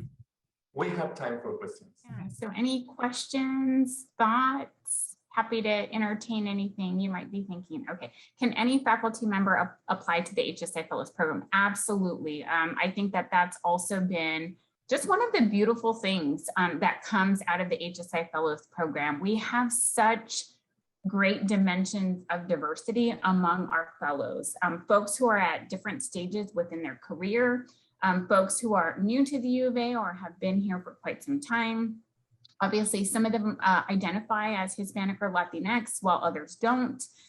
You know, some of them, you know, one of the things too that I love is that just the cross section of areas as well from the U of A that they come from. We've even had individuals who have been selected as fellows who come from our distance campuses, right? And so just thinking, you know, as inclusively as we can to involving folks throughout the university in the HSI Fellows Program. It's a great mix of both faculty and staff as well. And so there's just so many dimensions of diversity among the fellows. So we certainly encourage folks to consider it as an opportunity as you think about leadership development, engagement, and synergy around HSI initiatives.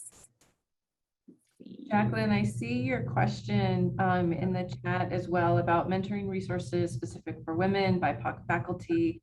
Within our Faculty Affairs website, and we'll drop the link in the chat, we have an equity tab or page that links to all the different affinity groups that are established within the U of A. Links to some of the different leadership programs, including HSI fellows. Gosh, there's a bunch of different resources on there that that hopefully will align with part of what you're looking for as well. And thank you, Adrian, for putting that in there. But if there's something out there that you're looking for, reach out to one of us and hopefully we can make those connections with you. One of the cool things that I don't know if I've mentioned is that one of the days for the Culturally Responsive Curriculum Development Institute was completely planned and facilitated by the HSI Fellows who had just finished. So there's all these great links. The HSI Fellows are working on real-time projects that build capacity across the institution, that expand what we can do and what's possible at the U of A and beyond. And they facilitated an entire day and committed to bringing in an entire new tool for the U of A to use around this name pronunciation. And it's something now that our AVP for diversity and inclusion is looking at integrating across the entire campus. And so the impact that folks can make is immediate. So thank you in advance for everything that you will do in partnership with HSI initiatives and with Faculty Affairs. Yeah, thank you so much. Thank you, Dr. Franco and Dr. Marquez Kiyama. That was so great to hear in detail all the exciting things going on. I just love that, you know, as we proceed into our HSI status over the last few years, you just see it more and more centered within everything that we're doing. It's so wonderful. I want to mention also, we tried to keep our program really short today. We know it's hard to stay on Zoom for too long. There's so many other things we'd love to introduce you to. Again, there's so many things that are in the faculty guide that Dr. Arroyo Perez put together. And one of the things that I do want to mention is that Native American Initiatives has a new website that's just really wonderful. It has so many resources and features so many of our Native American faculty. And I know Adriana is looking at it right now. I can put it in the chat for you. So I want to let you know that that's available. So many wonderful things going on here in campus with our students and our faculty and different programs related to Native American initiatives. If I could, since you had mentioned Native American initiatives, I just wanted to let folks know as well that there's certainly a real strong culture of collaboration between HSI initiative efforts and Native American initiatives. You know, they are kind of our colleagues that work with us very closely in providing focus to these specific communities, but then often, you know, anchoring together around certain collaborative efforts. A lot of resource sharing and planning efforts between both areas. So I invite you to take a look at their website because they just recently launched it. It's a tremendous resource for the campus community and something for you all to just be aware of as you get acclimated to the University of Arizona.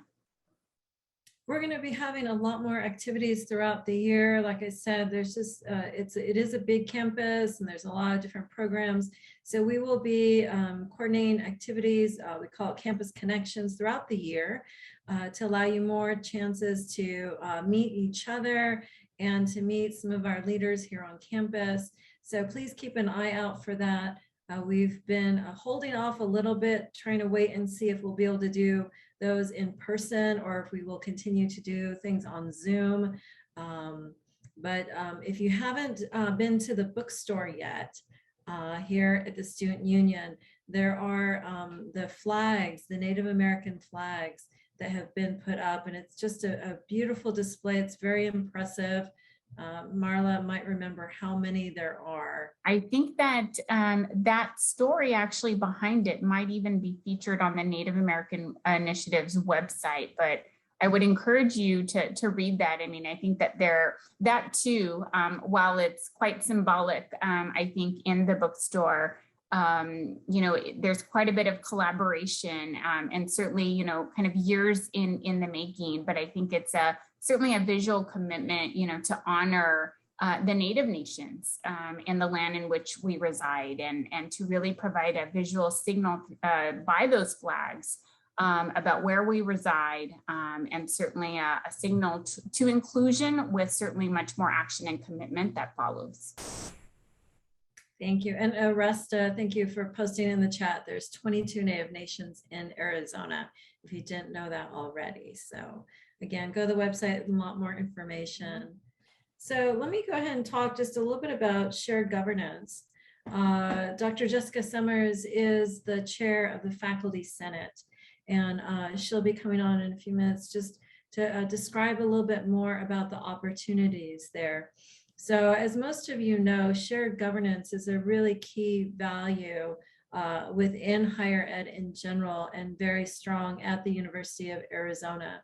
And so this is, you're going to find that there will be many opportunities to participate in committees within your unit and in the future within your college and at the university level.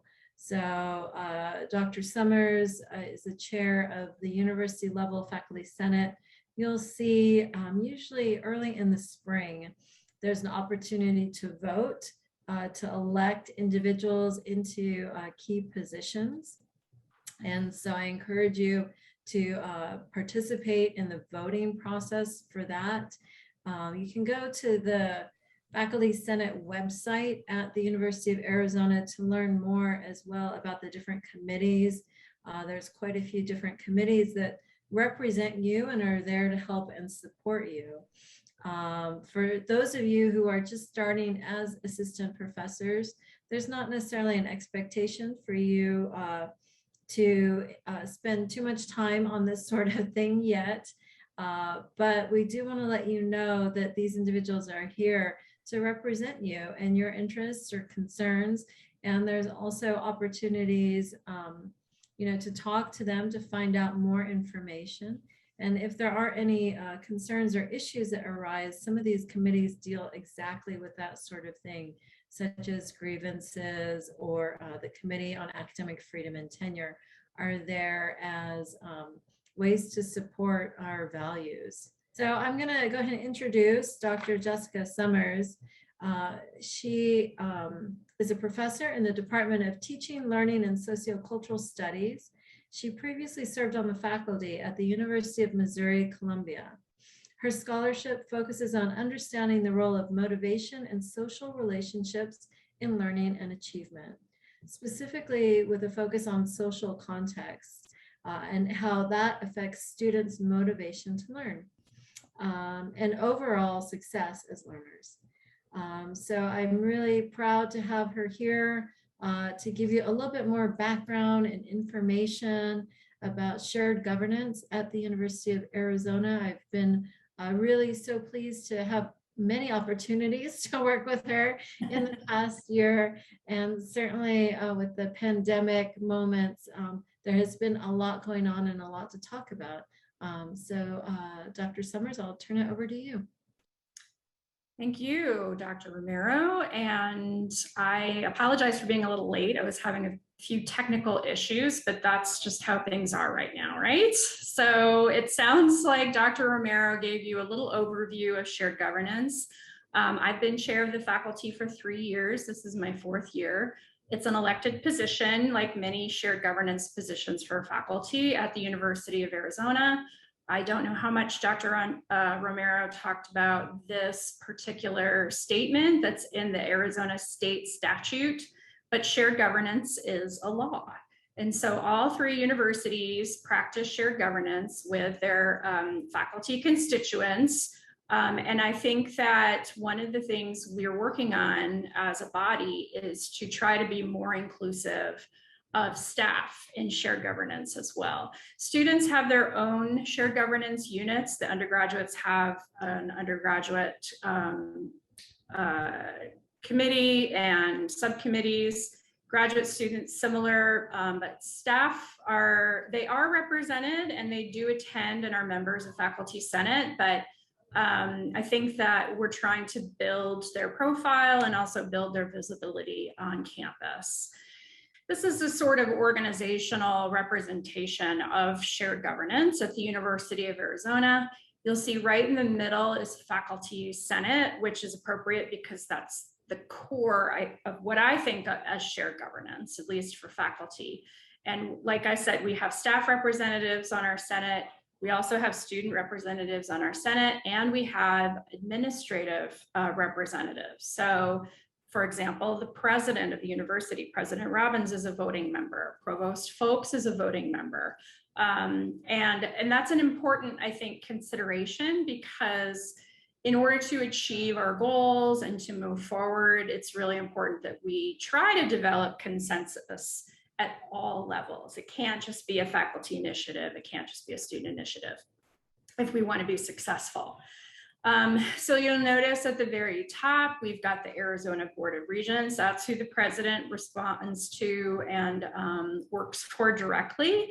I had the pleasure of being the AFC, Arizona Faculty's Council chair to the Board of Regents last year, which meant I got to deal directly with the regents on certain issues and give faculty reports from all 3 universities to the Board of Regents.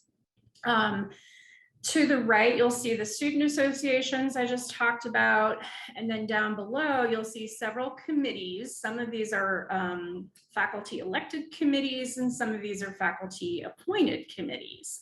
If you're looking to get some university service cred or get to know people across the university in a broad way, serving on one of these committees or even running for an elected position is a great way to get to know colleagues in other colleges, other disciplines. I can't believe how much good work my colleagues are doing on this campus that I didn't know about, because I really was in a bubble in the College of Education before I became chair of the faculty. So lots of great opportunities for service, and I can talk about each one of these categories of committees if you want. By the way, the orange represents faculty. The blue represents graduate, well, I guess administration, excuse me. The green represents students, and then the yellow represents staff. Okay, so as I mentioned, the Faculty Senate is pretty inclusive in terms of who can vote and who our members are. So many of our senators, actually all of our senators from the faculty are elected. We have faculty representatives who serve their college, so they're voted on by their colleagues within their college and they represent that college. And we also have at-large senators who represent faculty at all levels, and they get voted on by the general faculty. As I mentioned, we also have those student and those staff members.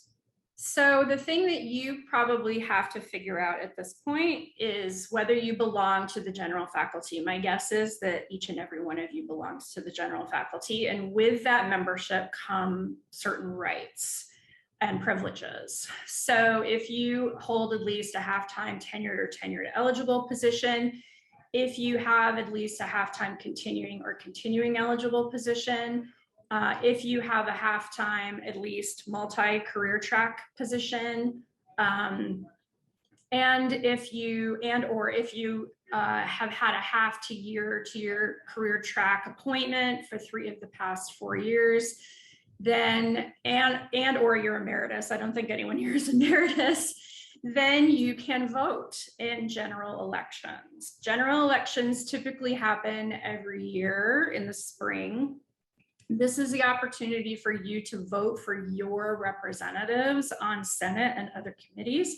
It's also your opportunity to run for a position if you wish.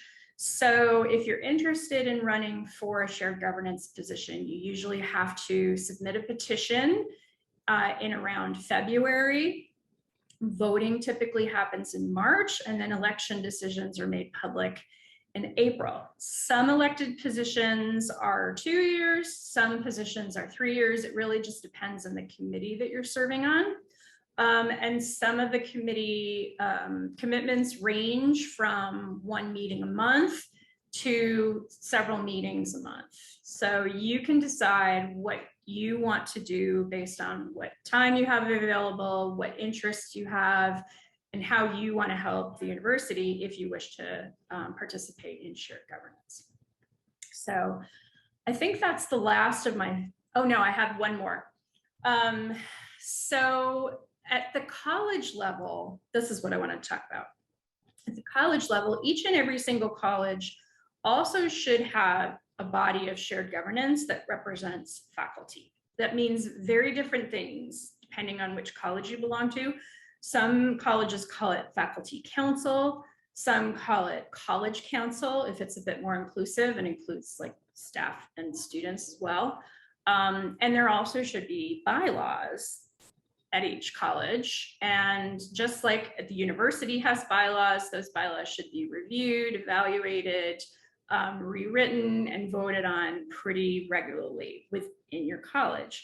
So if working at a university level shared governance position is maybe a little overwhelming right now, or it seems like too much, then you can participate in shared governance within your college. So the best person to talk to about this is probably your dean or the chair of whatever your council is called, to find out when the elections are, how the appointments are made, where the bylaws can be found. Everyone should be able to find their bylaws pretty easily, either on a website or with some support staff in the dean's office. But if it's not readily available, then you should ask for it so that you can see what those bylaws say and what committees are within the college and how those committees are formed, et cetera, et cetera.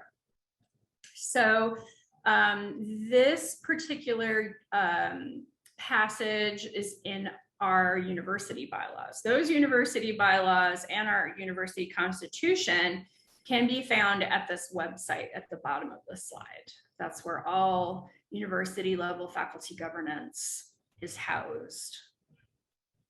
So do you all have any questions, or is there anything I didn't talk about, Dr. Romero, that I should talk about? This is great, Jessica. Thank you so much. And I don't know if you want to mention anything about the Faculty Senate meetings or any of the topics you see coming up in the next year that our new faculty in particular might want to know about.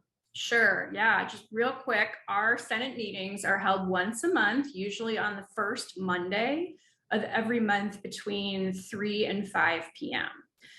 In September, our first meeting is the 13th because of Labor Day, and anyone and everyone can tune in to the Senate meeting via Zoom, at least for this fall. We have had distance meetings or Zoom meetings for the last year and a half now because of COVID, and we're going to continue with that practice, at least for fall, and see how it goes. So if you want to watch a Senate meeting and see how senators interact with each other and hear from administrators, like we usually give president 10 minutes to report, we give provost 10 minutes to report, then please feel free to tune in, go to that faculty governance website that I had on the slides, and it will tell you how to register for the meeting. Certain topics, of course, COVID is going to be a big one, and re-entry based on our agenda. We're also talking about things like where the university is going in terms of our financial model. So this, for people who care about university finance, we're actually going through a change right now in terms of our budget model. So that's going to be on the agenda. Gen Ed is a big one, and that probably affects you and your students. So if you want to learn more about how we're implementing our new Gen Ed process, and also our curriculum approval process is shifting away from taking months and months and months just to get a program on the books to 30 days. So those are some hot topics. Yeah, Andreas, being in the provost office, I know we've had a big push for that. Thank you, Dr. Summers. We appreciate your time. I'll go ahead and turn over to Dr. Arroyo Perez as he's going to introduce our next speaker. And we are super excited to have our last speaker to welcome you all. She's Dr. Sangeeta Pawar. She will talk about, she will give you a brief introduction to the resources they have at the Office of Research, Innovation, and Impact. And we'll invite you to attend our following sessions in Faculty Resource Fair. Dr. Pawar is the Vice President of Operations at Research, Innovation, and Impact. She has extensive operational and leadership experience. She has a successful track record of driving organizational and cultural transformation in historically conservative educational and clinical settings. She has a PhD in cellular biology and cancer biology, and a Master of Science in microbiology, and also an MBA with expertise in basic research, administration, and management. Prior to her current position, she was an Assistant Vice President for Research at the Division of Agriculture, Life and Veterinary Sciences, and Cooperative Extension, and Assistant Dean Research for the College of Agriculture and Life Sciences since 2014. Before that, she directed the UA College of Medicine Research Office for 6 years, where she developed the basic and clinical research infrastructure. So let's welcome Dr. Pawar. Thank you for being here. Thank you so much, Adrian. Well, I'm here to welcome all our new faculty to UArizona. We're thrilled to have you. We're fortunate to have you. We are a large university. I'm sure you've heard of that in this session before, over 19 colleges. So it is a very complex university. From the research perspective, we are ranked amongst the top 20 public universities. Our herd expenditures, which dictate these rankings, last year were $760 million, and that's quite a substantial research enterprise. So we're so excited to have you become a part of this research enterprise here. So one thing that I would really encourage all of you to do is, we have the faculty resource fair over the next 3 days. And tomorrow is the research part. We'll talk about research support. And Thursday is the teaching and learning. And then Friday is the benefits, career and health and wellness. And so, as I mentioned, we are an extremely complex university. When new faculty or staff come to the university, sometimes it's overwhelming. And so that is why I encourage you to attend the resource fair, because what that will do is give you an orientation of what are our offices that support research called, or teaching and academics. Who do you call? I think that is the critical piece, right? My message to all faculty is, please do not waste your time trying to figure stuff out. Just call. There is someone at the university that can give you that answer in a matter of seconds, because that's their job. And so the challenge here is identifying that person. And if you attend the resource fair, you will get most of that information. Again, I always say to my faculty, don't ever hesitate contacting me personally. My email is my first name. You can see it on the Zoom box at arizona.edu. It's that simple. And we look forward to communicating with you. We are here to support you in your success as a researcher, as a faculty at the University of Arizona. You heard earlier, I've been here 20 years. I've been a student, I've been a postdoc, I've been a faculty, I've been an administrator, dean, you name it. I've done it all. And again, I want to say, I consider myself very fortunate being part of UArizona. And I hope you feel the same as you start your career here. And look forward to broader horizons here. So again, I would really encourage you to attend the faculty resource fair over the next 3 days. Dr. Romero, is there anything else you would like me to address, or any questions for me? Thank you, Dr. Pawat. We appreciate your time. We know it's super busy at the beginning of the semester. I encourage all of you, come to that RII session later this week, or watch the recording of it, because there's going to be a lot more detail about the compliance and the support and all that kind of stuff. But that team is here to really make sure that your research takes off the way that it should, and especially related to any kind of grants or any other kind of compliance related sort of things. So they're here to help and support you. There's always questions about conflict of interest and conflict of commitment, and I know I always just pick up the phone and make a phone call. And I will be talking about that tomorrow. And please don't hesitate. Anything you need, we're here to help. There's so many resources on campus. Please check into the resource fair sessions. They're going to continue throughout this week. And I very much look forward to meeting you in person, or talking to you more one-on-one in the near future. Other than, is there anything left that we need to? No, stay tuned for the resource fair, and I am so happy to see you all and your faces.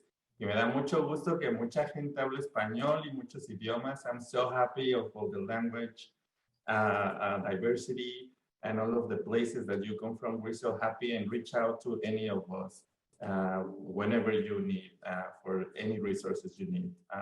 Dr. Kiyama. I was just going to type a message and tell you all best of luck as you start the new semester. I love coffee walks in the afternoon. So if you need to take a break and you want to grab coffee, swing by our offices, and that hopefully can serve as another source of connection and support for you. But we're so excited you're here. Right. Thank you, everybody. Have a great day.